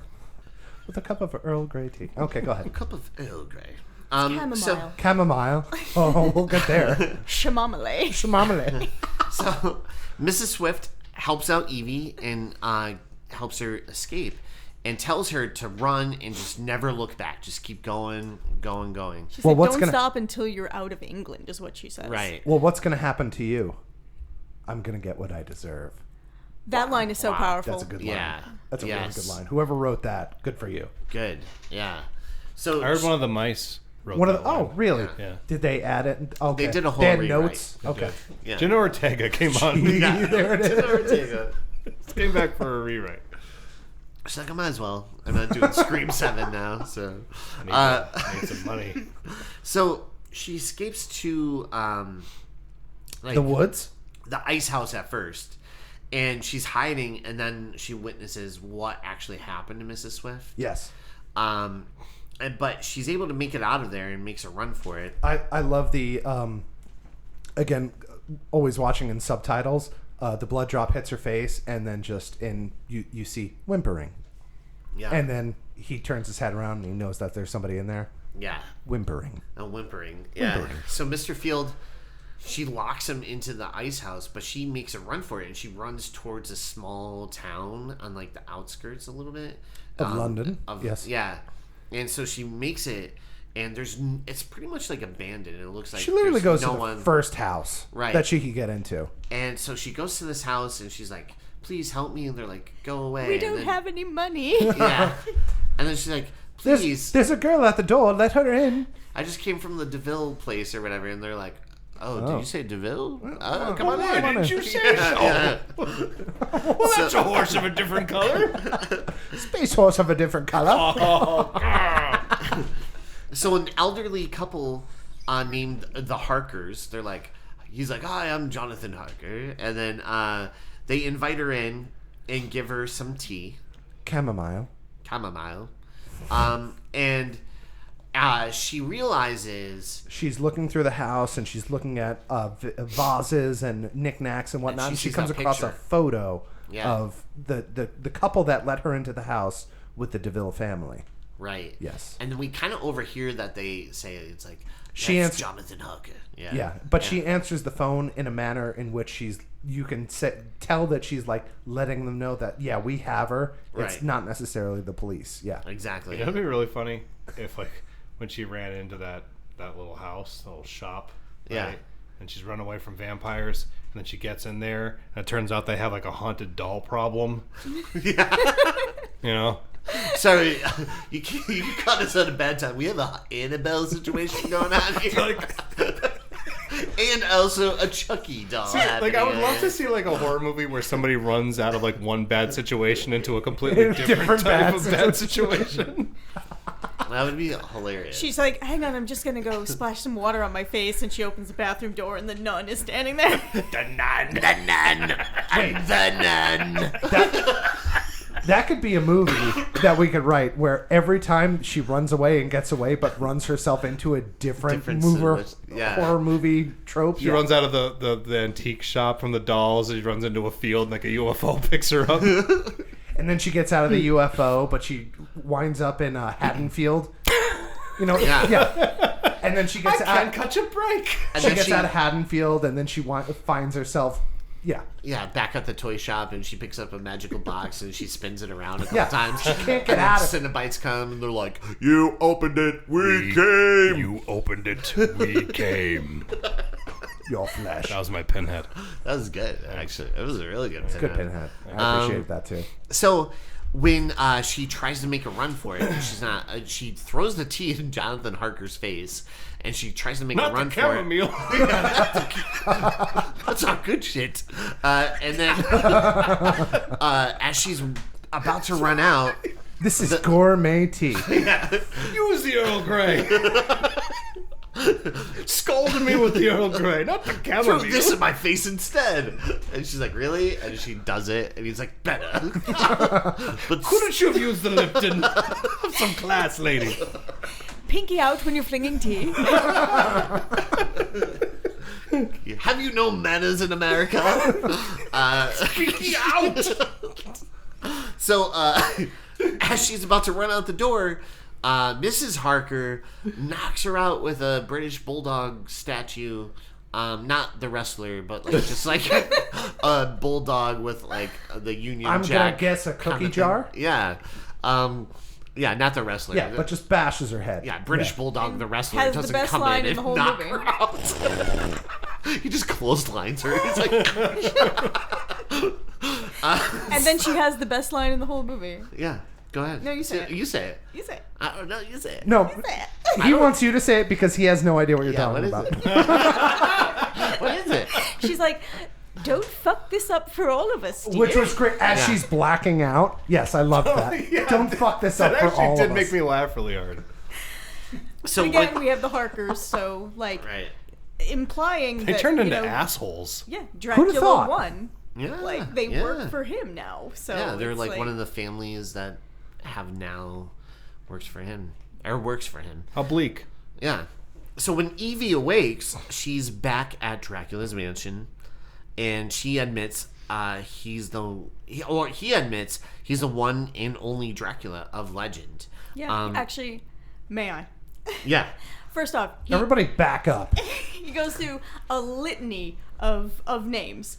Right. Nosferatu. The strigoi is a strigoi. Romanian word, which can refer to one of two things. It could either be a living witch who will become a vampire when they're dead, or it could be the undead vampire. Also, he says Nosferatu, which we know because of our friend F.W. Murnau, but also it's an old Slavonic word, Nosferatu, from the Greek Nosophoros, meaning plague carrier. Oh, interesting. Yeah, and then he mentions Son of the Dragon, which is Dracula. Yeah. So I had that is in my notes Vlad too. Tepes Dracula. No. Let me cross that out. Go ahead, in my cross it notes. off. Hold on. I had something similar. I'll get rid of Yeah. mine too. I saw Nosferatu. I have the game on my phone.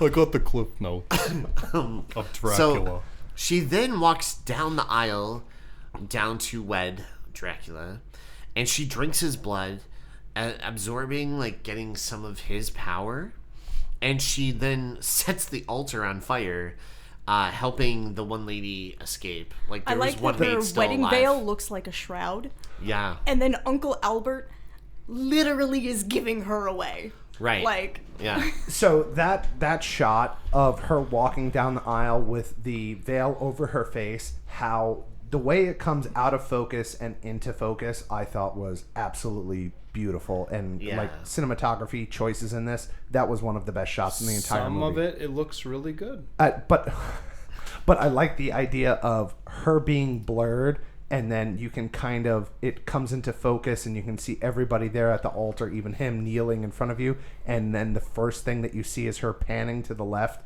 and you see the uncle with the missing eye patch is terrifying. Yeah. You have no idea what's in store for you. Right. Yeah, and so she ends up saying, like, yes, Elmirium, and then she gets his blood and sets a fire. And The thing is that she doesn't just get a taste to absorb her power. I feel like she takes so much that she's trying to Drain weaken it. him Yeah. and drain his energy. Is Right. that a thing? Yeah. Yeah. Yes. Okay.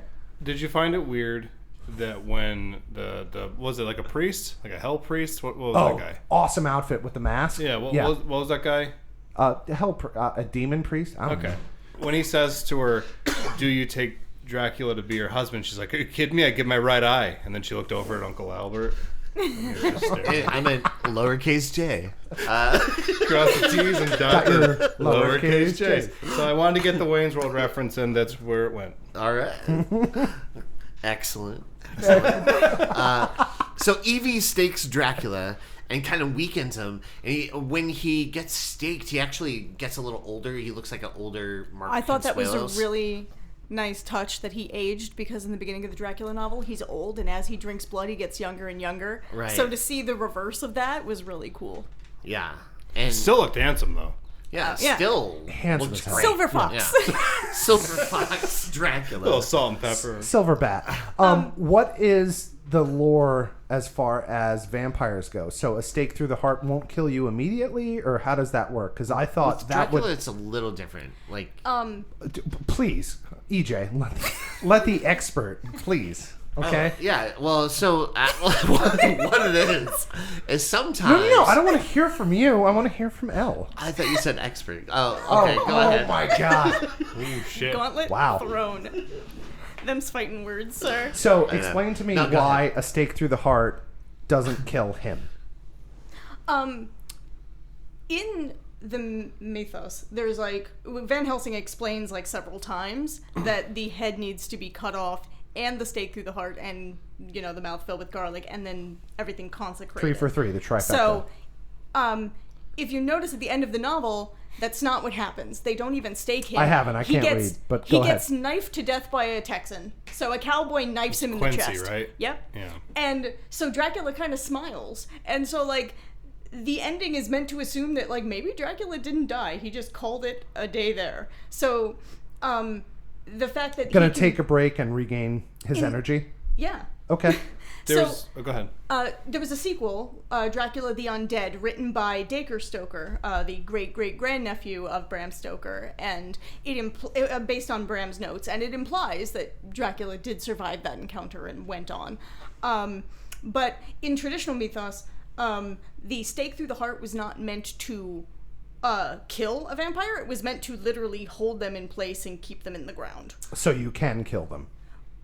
So stake through the heart so you can find something to decapitate them and actually kill them. The stake was just like, we're going to keep you in the grave. We just need to keep you there. We don't care if you're alive or dead. Just stay in the grave. Just stay there. Okay. And so, seeing with Dracula, I mean, obviously there's it's like there's steps to be taken to actually finish him off. It takes more than just the stake. A stake through the heart. Okay. I learned something today. Who'd have thought? There's also another thing, too. There's another layer to this. They're going off of the Monty Python rules because she's like, it's just a flesh wound. She did say that. She did. She said that and I laughed really hard. Yeah. I could not stop. Sorry. Although I will say, when he staked, Evie and Lucy rush to him, and it's like the first time we see like an interaction with all of them, and like they do seem to be genuinely distraught. And I don't Victoria know. not so much because she was like, "Oh, you can't kill him. You've only moment, temporarily she weakened seems him." very concerned for him. You know, like, so there might actually be some emotion there. Basically, they've been together for how many hundreds of years? So it's nice that we actually got to see an interaction with them that he doesn't, is like, because it seems like he views them as like property, and like Evie's the only one he's romancing.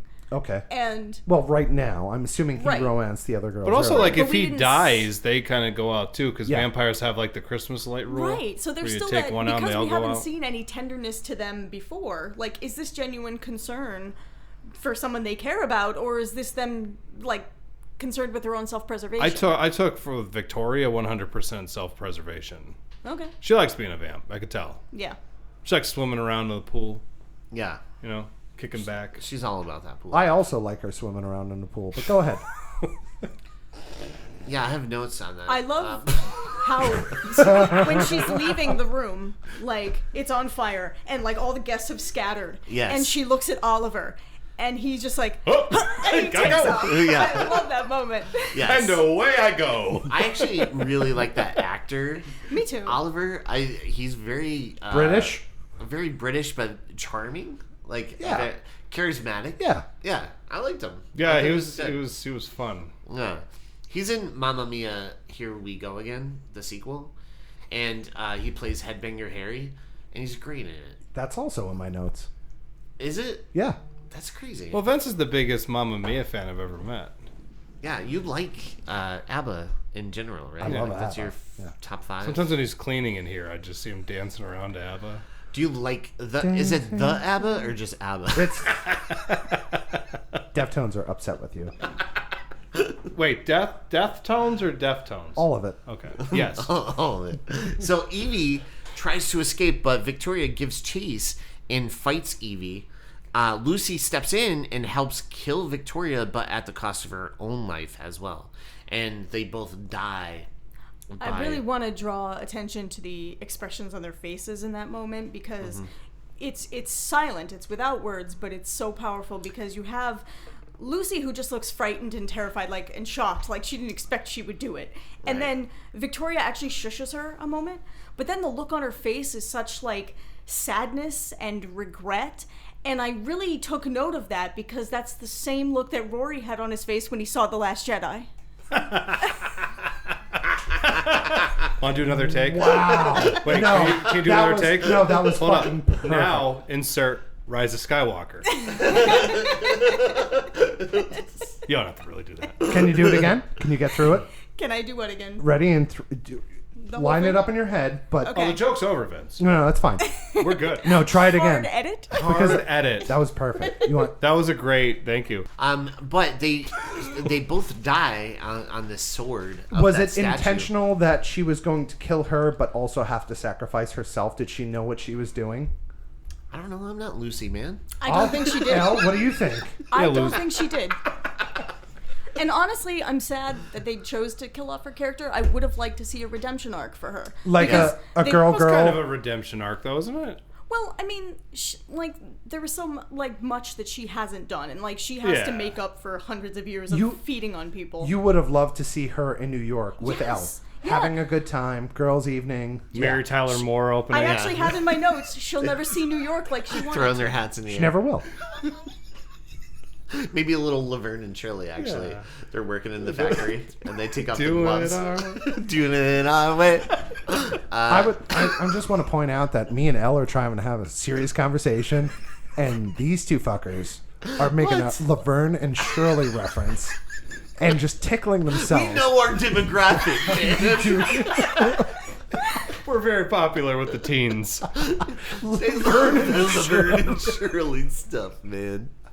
We know. Which technically is also another Wayne's World reference. But anyway, keep going. Oh, yeah, true. So, as they both are dying, we see that Victoria is, starting to crack. Her skin's, cracking almost. I don't feel glass. so good, Mr. Stark. Yeah. And then they dust out. And then they pan over and Thanos was there. and then he looks at Evie and he gives a thumbs up. And then he leaves. But I don't remember that. yeah. Well, Renfield comes and he fucks it all up because he starts to fight with Evie. Yeah, unnecessary. You lost. Just get Yeah. over it. He's like, "You killed the master," and he has this giant spear, Which luckily. he kind of stabs her a little bit, but not all the way. Right, and she ends up breaking the top off. Like a and, badass. Yeah. And then stabs him in the neck or stabs him in the... I don't know. yeah, she ends up taking him out, no problem. Yeah. I think when he says,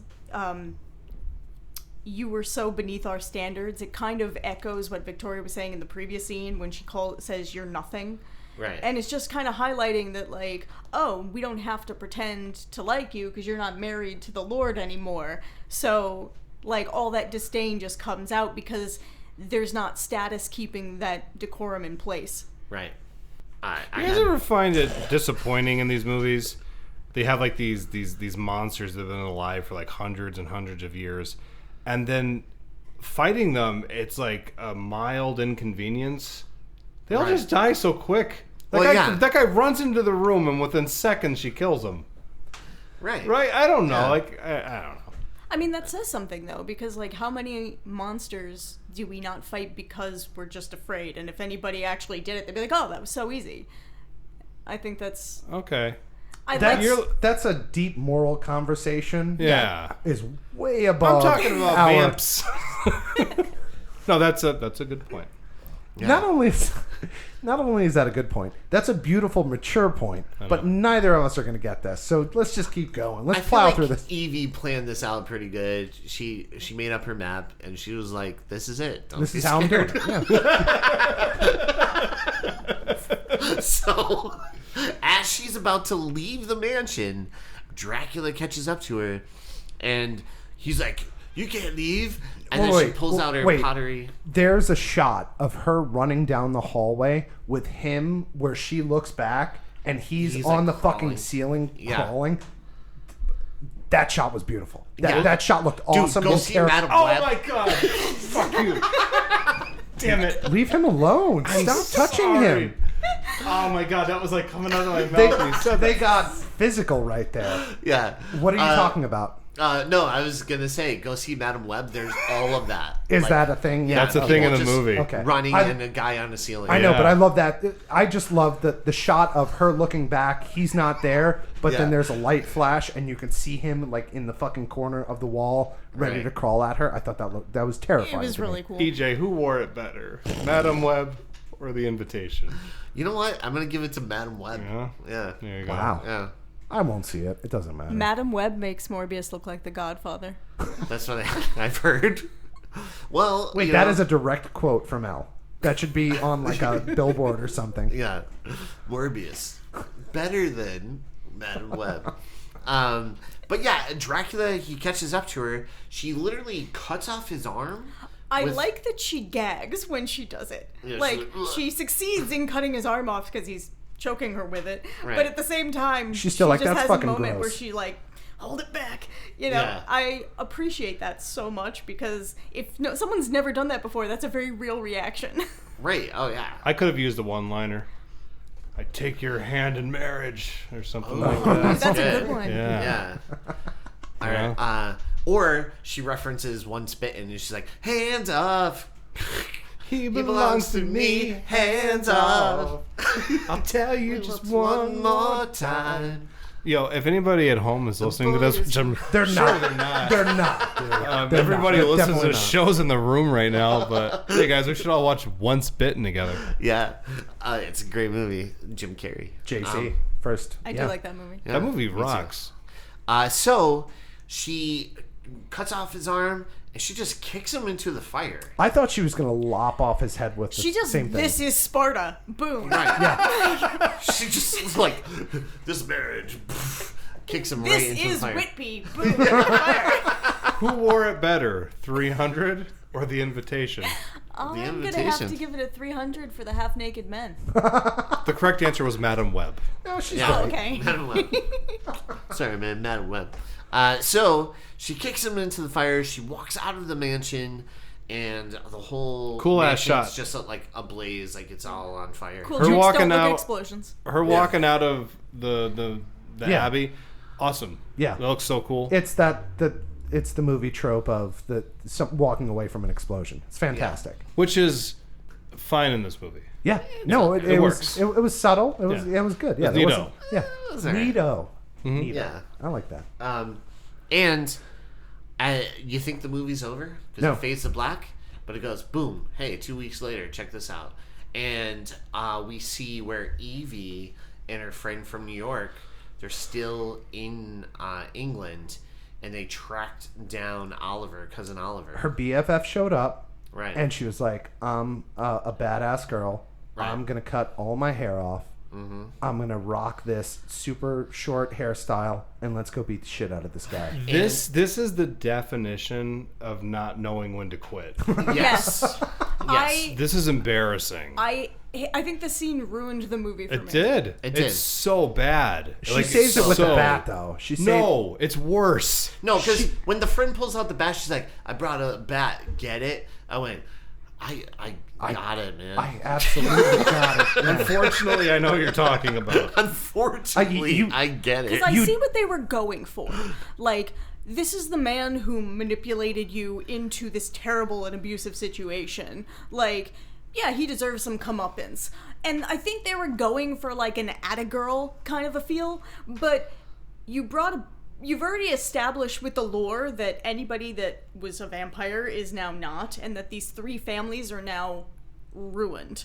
Like, Right. all their power, all their Yeah, what is he long actually gonna life do moving is, forward? is gone. So they're in a slow decline where their only choice is to all lose. And so he's defeated.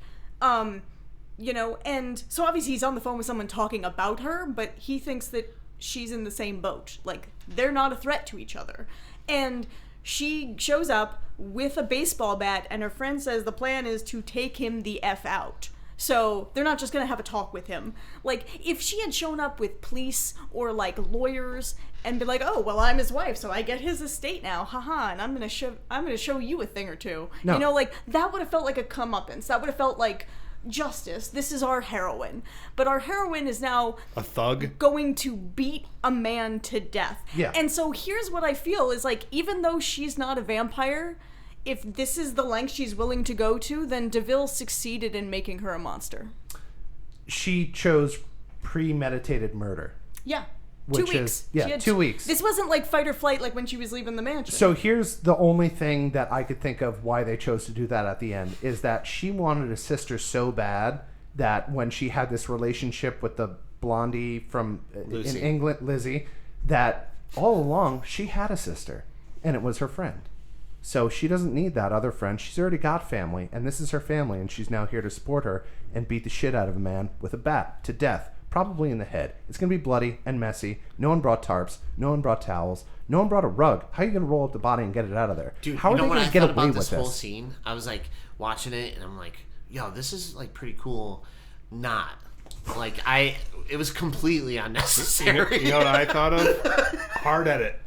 Right? Because it's just, Man, they You say like, would have taken that out completely. oh my god, completely. So you would have just ended the movie before this, and that's it? yeah, Yes. her walking out of the burning building is perfect. Becca is shaking her head yes, as in, yes, you should have ended the movie It's that way. awful. Yeah. There was no need for it, I get it. I feel Yeah. like, I don't know, it's just like It changes the message, and it makes does. our heroine less heroic. Yeah.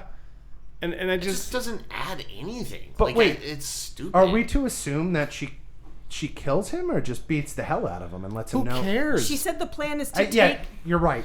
You're right. Who cares? The plan is to take him the F out. That leaves it pretty Yeah. clear that they're planning on So not... like in your mind, you're Literally- like, when you think about it, they went into that building and just beat a man to death with a baseball bat, and you're like, awesome. Yeah, That's that's our really hero. cool. Yeah, because she was like, they did a thing, like they made her rise above everything, and she Right. burned down the suppressive I was thing. just Chose gonna to say, become a vampire. How awesome was that where all the people are fleeing from the fire, right? She literally burned down the whole system, and we see all of that family that she had is like now scattering and leaving because like literally she set ablaze to everything they had, right? That's a good ending for Oliver. Just you go to didn't black. need to do anything more. Credits. Like that, like you see him, he looks like at her, he's like, oh shit, like, and he takes off. Already, like, he already submitted power. Do you know what I mean? Like, she is now the one in power. So this whole scene at the end, totally unnecessary. It's useless. Yeah. Because if you think about it, he's the one who brought her there. Right. So the whole family is just going to blame him for their downfall. Right. So Whoever's left alive, too. Yeah. Yeah. yeah, Orange Julius. So Oh, and the mice. and the mice. Yeah, they made it. The mice family is not happy. Right. They had it good there, man. But I feel like this was supposed to be a parallel of Mina's journey. Like, Right. she defeats Dracula where the real Mina Harker obviously did not. And there are certain parallels in there too. Like, I feel like even though there's Mr. Field, I feel like there's other characters that exemplify Renfield from the novel. Like, because Renfield is conflicted in the novel. Like, he wants this immortality, this power, and he serves the master to get it. But when he has to look a victim in the face, like when he talks to Mina, he can't do it. And that's when he starts having doubts and trying to help them and work against him. So, like, you have, on one hand, you have Oliver, who is working for the master, and he's leading everybody into this trap. And then on the other side of that, you also have Mrs. Swift, who has that change of heart and decides, I'm going to help her. And Renfield, in the novel, when he actually does help the team, Dracula kills him, so she ends up dead for helping them. So I feel like that's kind of also like three different characters representing the role of Renfield. So it's almost like Mrs. Swift and Oliver should have been made into one character called Oliver. I would have liked to see that would've been Oliver interesting. be like, you know what, this is a bad idea. I'm gonna help you get out of this, cousin. And then yeah. That's what I'm saying. Like the movie is like it's completely fine. It's an easy way to kill like an hour, 45 but that minutes. last scene changes the whole message. It does, and the sad reality is that the very last, like the ending of your movie is what the audience takes away. Mm-hmm. And what I just remember it was ending, and I'm like, oh. The last 5 minutes ruined the first hour and 40. It's just like, where did we go? Yeah. What was the journey all about? Yeah. And it's What did we taking a learn? very strong, powerful woman and reducing her to a thug. Assaulted battery. Just something that I wasn't thrilled to see. I don't know. Yeah, that's assault, brother. So let's go into our emojis. Elle, you're our guest. Would you like to go first? I have the envelope emoji for the invitation. Perfect. And the vampire emoji. And a black heart, because I really did enjoy this movie. Yeah. I actually, besides the ending, of course, I really did like this movie a lot. I Agreed. loved all the Dracula references, like, sprinkled within. I do have to say, with it, like, without that ending, this movie probably would be rated a little higher if I had to, like, rate it on a scale 1 to 10. But, like, overall, I think this movie is awesome and definitely worth watching. As soon as she walks out of that mansion, just turn it off, Yeah. and you'll feel better. What are your emojis? So my emojis, I picked fire because I like that. I picked the bell because don't touch that, and then a vase for her art because I'm hoping in my world she pursues her art finally and not violence. I have a castle. I have a boar because I really enjoyed that scene where everybody was eating after the girl got her throat slit, and it was just all just chaos in that. Mm-hmm. And then I have a steak, not a piece of wood, but an actual steak. Yeah, yeah, I like it. That's what I have. I got a Dracula. Oh well, wait, I forgot two. I have a galaxy and a horse. Go ahead. I got a Dracula. I got a person Where swimming. the hell did you get a Dracula? There's a Dracula. There's a I'll show vampire. you. No, I don't believe that. I'll type in I'm getting it. Hold on. vampire. Holy Vamp- shit! There's a Oh, There's three Draculas. There's a bunch of varieties of Draculas. Is that a Dracula? You just with gotta headphones? look. Why That's do we what I have say. so many Draculas? Because there's a lot of people that played them. Whatever. You got Lugosi, you got Christopher Lee, you got Franklin Jelly, you got all sorts of people. Gerard Butler even put the goddamn cape on. But let's Sorry. move past that. I'm sorry. Here's my emojis. I got a Dracula. I got a man swimming in a pool of holy water. Love that scene. That's one of them. Good. Thank you. I got a Producers. bat because I heard bats. I got a mouse because there were mice in the movie. Mm-hmm. There was a spider. I put that emoji as well. There was a bird. The bird hit the window. Oh yeah, that's right. And I Skype. remember that. What was it called? A shriek. A shriek. Yeah, there's a shriek emoji. And then Shrike. Shrike. Shrike. a Yeah. shrike Shriek, emoji. Shrike. And then I got I call it a Skype, so whatever. I got a black cat because Ella was watching it with us last night. And I think a couple times while we were watching the movie, she got startled by the sound design. Oh yeah. Sound design was great. You Score know what was else? great. Score was great. One actually. other weird thing that happened was when the ending happened and they showed up with the baseball bat, Ella literally got up and she left. Showing her disapproval. Yeah. Her That disdain makes for sense. what has happened. She was interested. She was nodding along for a while. She's like, "This is an okay movie." And She then saw those that mice. happened, and she's like, "No." She was really Nah. intrigued by the mice. Yeah. She liked the mice. She thought Yeah. the mice were good actors. Playful. She would like to play with them. Yeah. Nah, man, that ain't me. All right, and Elle, what would you like to plug? Do you have anything you would like to promote? No, I'm going to go first. No. Jon Snow. Let's talk about him. No. Let's Give it talk to- about how He's the guy who lives in my bed. But only there. Oh. He's not allowed in the kitchen or the dining room. He's like the grandfather. Weird from situation. Charlie and the Chocolate Factory. He's just like stuck there. He's like He's got a litter box it's like in the room. Misery.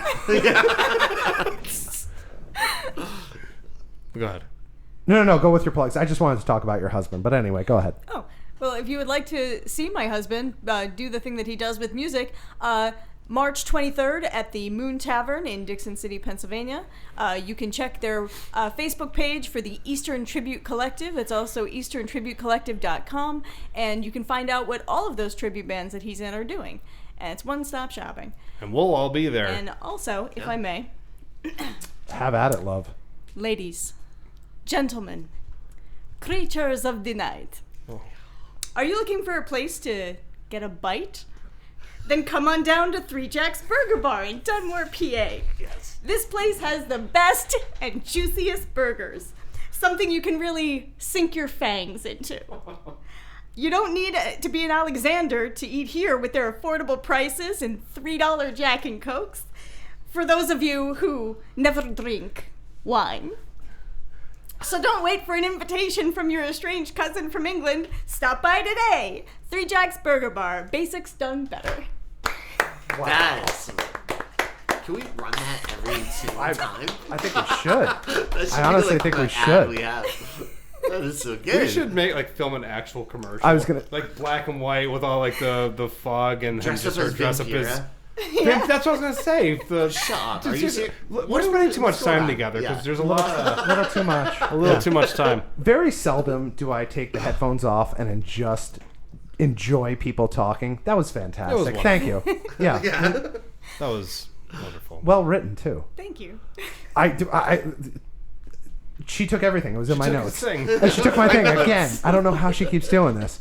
No, I'll plug Jon Snow. All of his bands. Help me list them off. What are they? Realign. Realigned. That's Toad. the Issues. Wait. Issues. Realigned is the Godsmack. Issues is the Corn. Yes. And then Red Caps Cap Assassins is the Limp Bizkit. Yes. And let me tell you, folks, this dude has a stage presence. So Yes. no matter what band he is with, you're going to have a good time. And this dude is on fire. So check him out.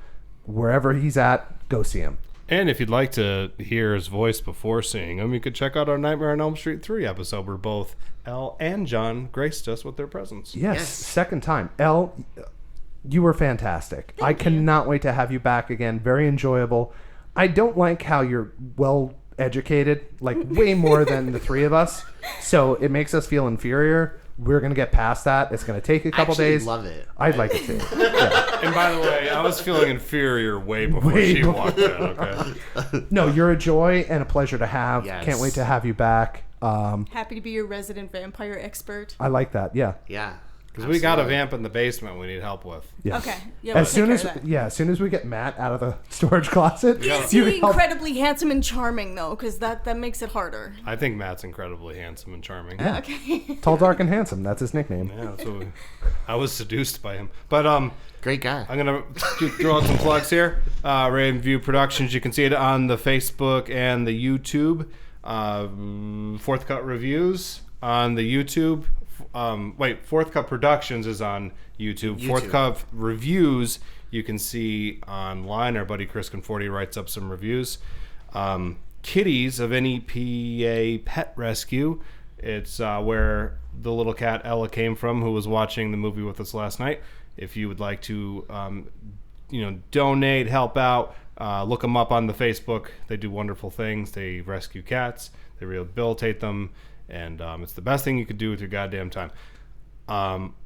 Variant Season, our buddy Will Perna's band. Look them up. They're writing some killer tunes. Mark Yanish.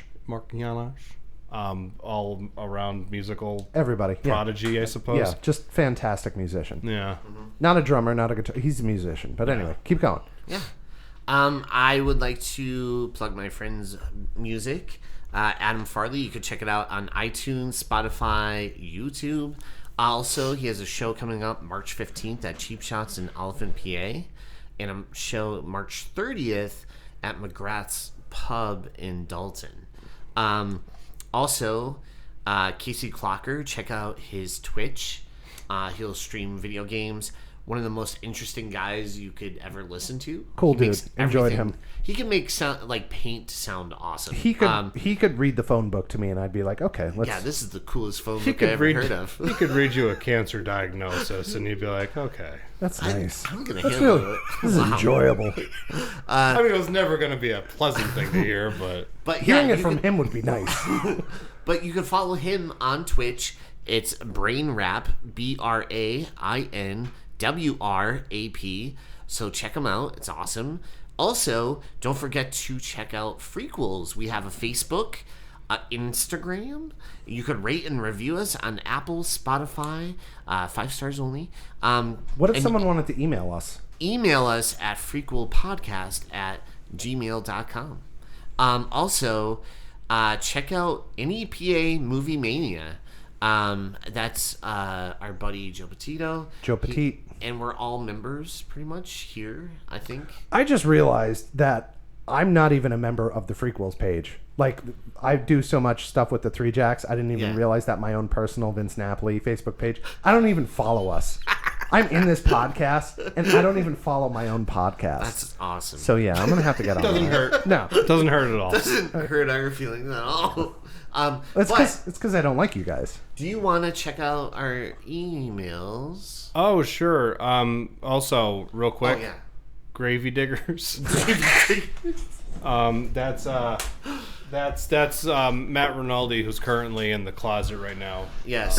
Oh, the pot pies. The Yeah. pot Oh, the pies, pies. yes. Yeah. Not the pot pies, the pot pies. If you're going to get a pot pie in this area, go to Gravy Diggers, folks. It's the best pot pie you can get. Fingernails, Band-Aids. I mean, the good stuff. I think, didn't he say last Botulism. time? Botulism. I think paint. There isn't the Yeah, secret. he said that's what makes it creamy. Yeah, the secret ingredient is paint. When you feel something brewing, you know he's stewing. Gravy Diggers. Do that again. No.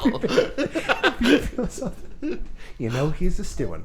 Gravy diggers. So, hey guys, so we have an email that I'm going to read on the show. You can read? I can sort of fake it. It's from somebody named Robin Abenhauser. Oh, I know her. Do you? I've heard of her. I know her. Yeah. I know her. I know her. I know him. It says, "Hey freakles!" Exclamation point. I have some questions for you. ... Okay. 1. Are there any movies that you guys genuinely enjoy, whether it was a good or terrible movie, mainly because of certain memories attached to it?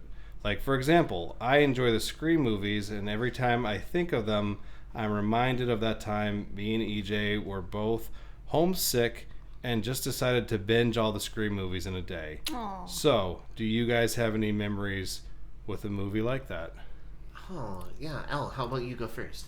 Yes. I am kind of a wimp, and I don't do well with horror movies.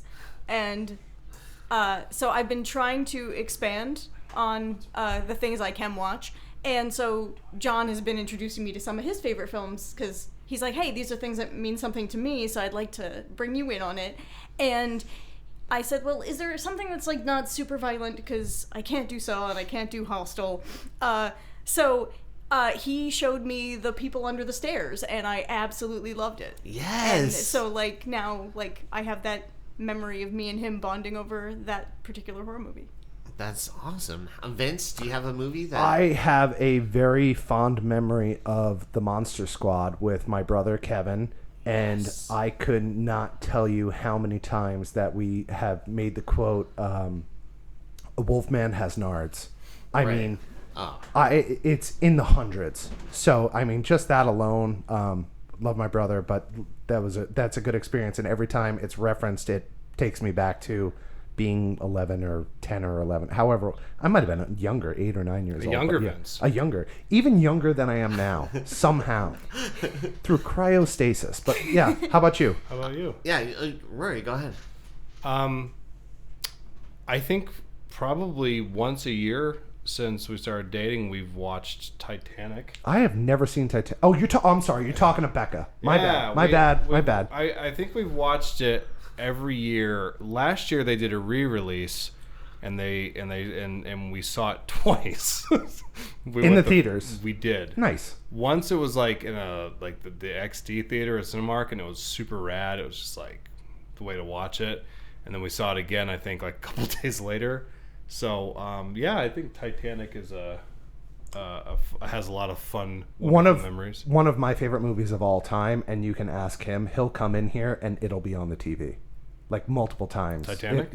Yeah. I usually have that Solid. on. Would you agree that Jack is a manic pixie dream boy?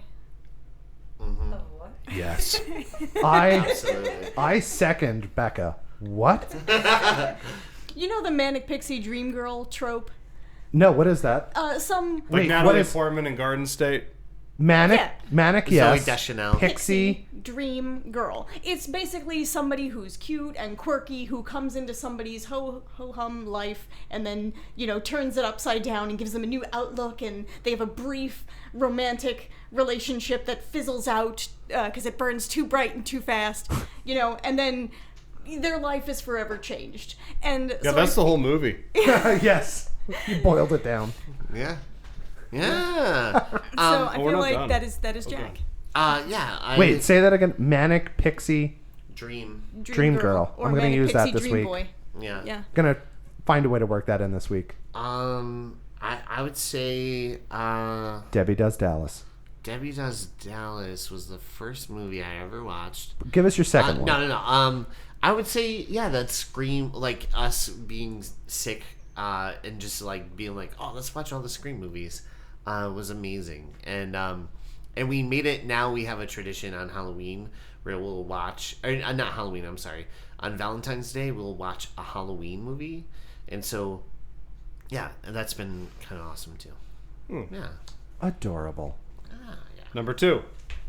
Are you guys thinking about selling any Frequels merch soon? I would love some Melty Face. Oh. Oh, yeah. I I think we plan on doing T-shirts. We're gonna once do Vince gets off his ass and does something. No. Well, I didn't want to say it. Fair enough. I'm still waiting for my wrestling shirt. I know. No, we plan on definitely doing T-shirts. I think we still just have to set some stuff up for it, but we think we have the right avenue that we're gonna do. We have the vehicle, which we're going to push it through. Yes, It's going to be freaktastic. It's gonna be freaking awesome. So, yes, Robin, we will be having some merch soon. yes. It'll be cheaply made. Once it goes to the washer, it just falls right apart. probably. Yeah. It might fall apart while you're wearing it. Yeah. We're gonna cut corners where we can to save money. You know how there's like dry clean only? Yeah. This is going to be no clean only. It's gonna you say cannot like, clean it. It's gonna you be can like wear it once. Stay out of the sunlight. Yeah. It's gonna fade Strong right away. winds. Yeah. Yeah. Yeah. It looks great the first time you wear it. The second time you wear it, you that's look it. like Rufio from Yeah. Hook. Shout out Dante Bosco. Number 3. This podcast is freaking awesome. I would have said fucking awesome, but that's cool. This podcast is freaking awesome. Smiley face.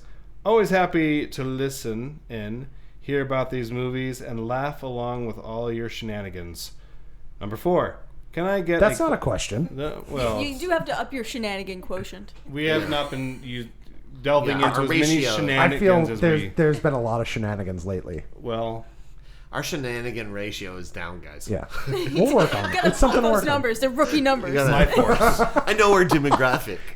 And this is specific for EJ. Can I get? Well, I'm just gonna have you. Oh, okay. It's number 4. Can I get a quick fuck you, Vince? Oh. From EJ Leeson. It's just not a Freakles episode without it.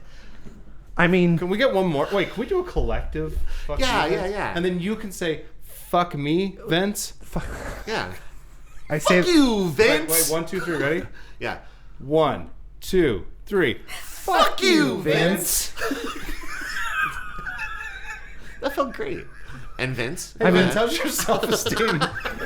I mean, there's so many things you could do to make me feel better about myself, but I guess that's one of them. So thank you. You're I guess. included. Yeah. We're going to get that issue. Shake and That's bacon. issue. I helped. Yeah. All right, and really fast. But thank you, Robin, for Yeah. shooting us an email. And really fast, because I promised, here are some of the reviews that we have on iTunes, like Applecast. I have to walk away from this because I don't know if I'm emotionally ready for it. All right, 5 stars. Who's Danny by Heaven Metal. This was a hilarious first episode. It has everything. Bank tellers from the late 1800s, Labor Day protest, earthquake safety tips, MTV's Dan Cortez and Vince. What more could you want from a horror podcast? I'm definitely looking forward to more. I love a Dan Cortez reference. Me So too. good. This is from The Mark Moore. Absolutely hilarious. I really enjoyed this, and it was a bunch of fun. I mean, we are a bunch of fun. Yeah. Big Time 0708. This is cool. With a Question mark? emoji. No. This is cool. Emoji of like a person with sunglasses, and 5 stars. I love this podcast. 5 stars. Star emoji. Next one by Margot Dahl. Absolutely comedy gold. 5 stars. And last but not least, Felicia Kell. I love this podcast. OMG. If you want a good laugh and hear funny reviews of movies, you have to listen to this podcast. There are times where I am laughing out loud at their stories. She's lolling. Thank you, guys. I like that. Thank you. Yeah. Hey, can I read that last one? Wait, what does that say? Can you guys try harder? No. And we're won't. not AJ, gonna- that's from your mom. That's my mom. What is she doing? We will not try harder. But guys, thank you so much for all those reviews, and we appreciate it, and all the 5 stars. Again, Elle, you were fantastic. You were a delight. I cannot Yes. wait to have you back. you. You're always welcome here. Yeah, absolutely. I'm glad you like the copy that I wrote. Even if you just want to come hang out and just whatever, Just giggle in the background. Yeah, we like that. yeah. I actually Rory actually approached me to write that copy. He had a big suitcase that said a podcast cash, and I'm like, wow, this is way too much money. I mean, Vince's family is literally starving. Literally. And he's like, you don't tell me my business. And I'm like, oh, and then I remembered on the Valentine's episode that you told me to screw you, Elle. So I took it, and that's why I wrote the copy. Oh my God. You know what's awesome? All of that All makes that sense. extra money that you saw in there was his share. Yeah. Hey, by the way, EJ, I forgot to compliment you. Your suit made out of gold. It's fantastic. Thank you. Yeah, I just used Vince's share, and just bought those this. new rings? Yeah, I actually used Vince's share. How I did got you these. get 5 rings on one finger? Well, my middle finger is pretty long. And just See? And just so you know, it's grotesque to wear more than 2 watches.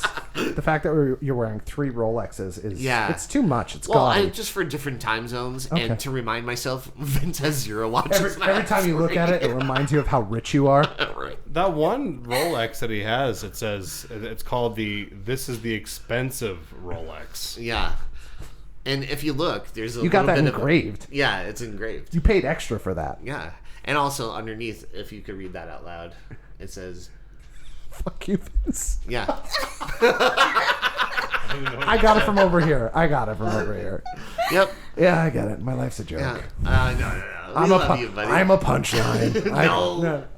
We I love enjoy. you. No. I really enjoyed this time with you guys. Believe it or not, you guys are a lot of fun. And if we start making money on this, it's not going to be fun for me. I wish I could say the same. I wish I could say the same. I'm like teetering, I'm like those Scream Cool guys that are trying to get me on the show. Cool. Yeah.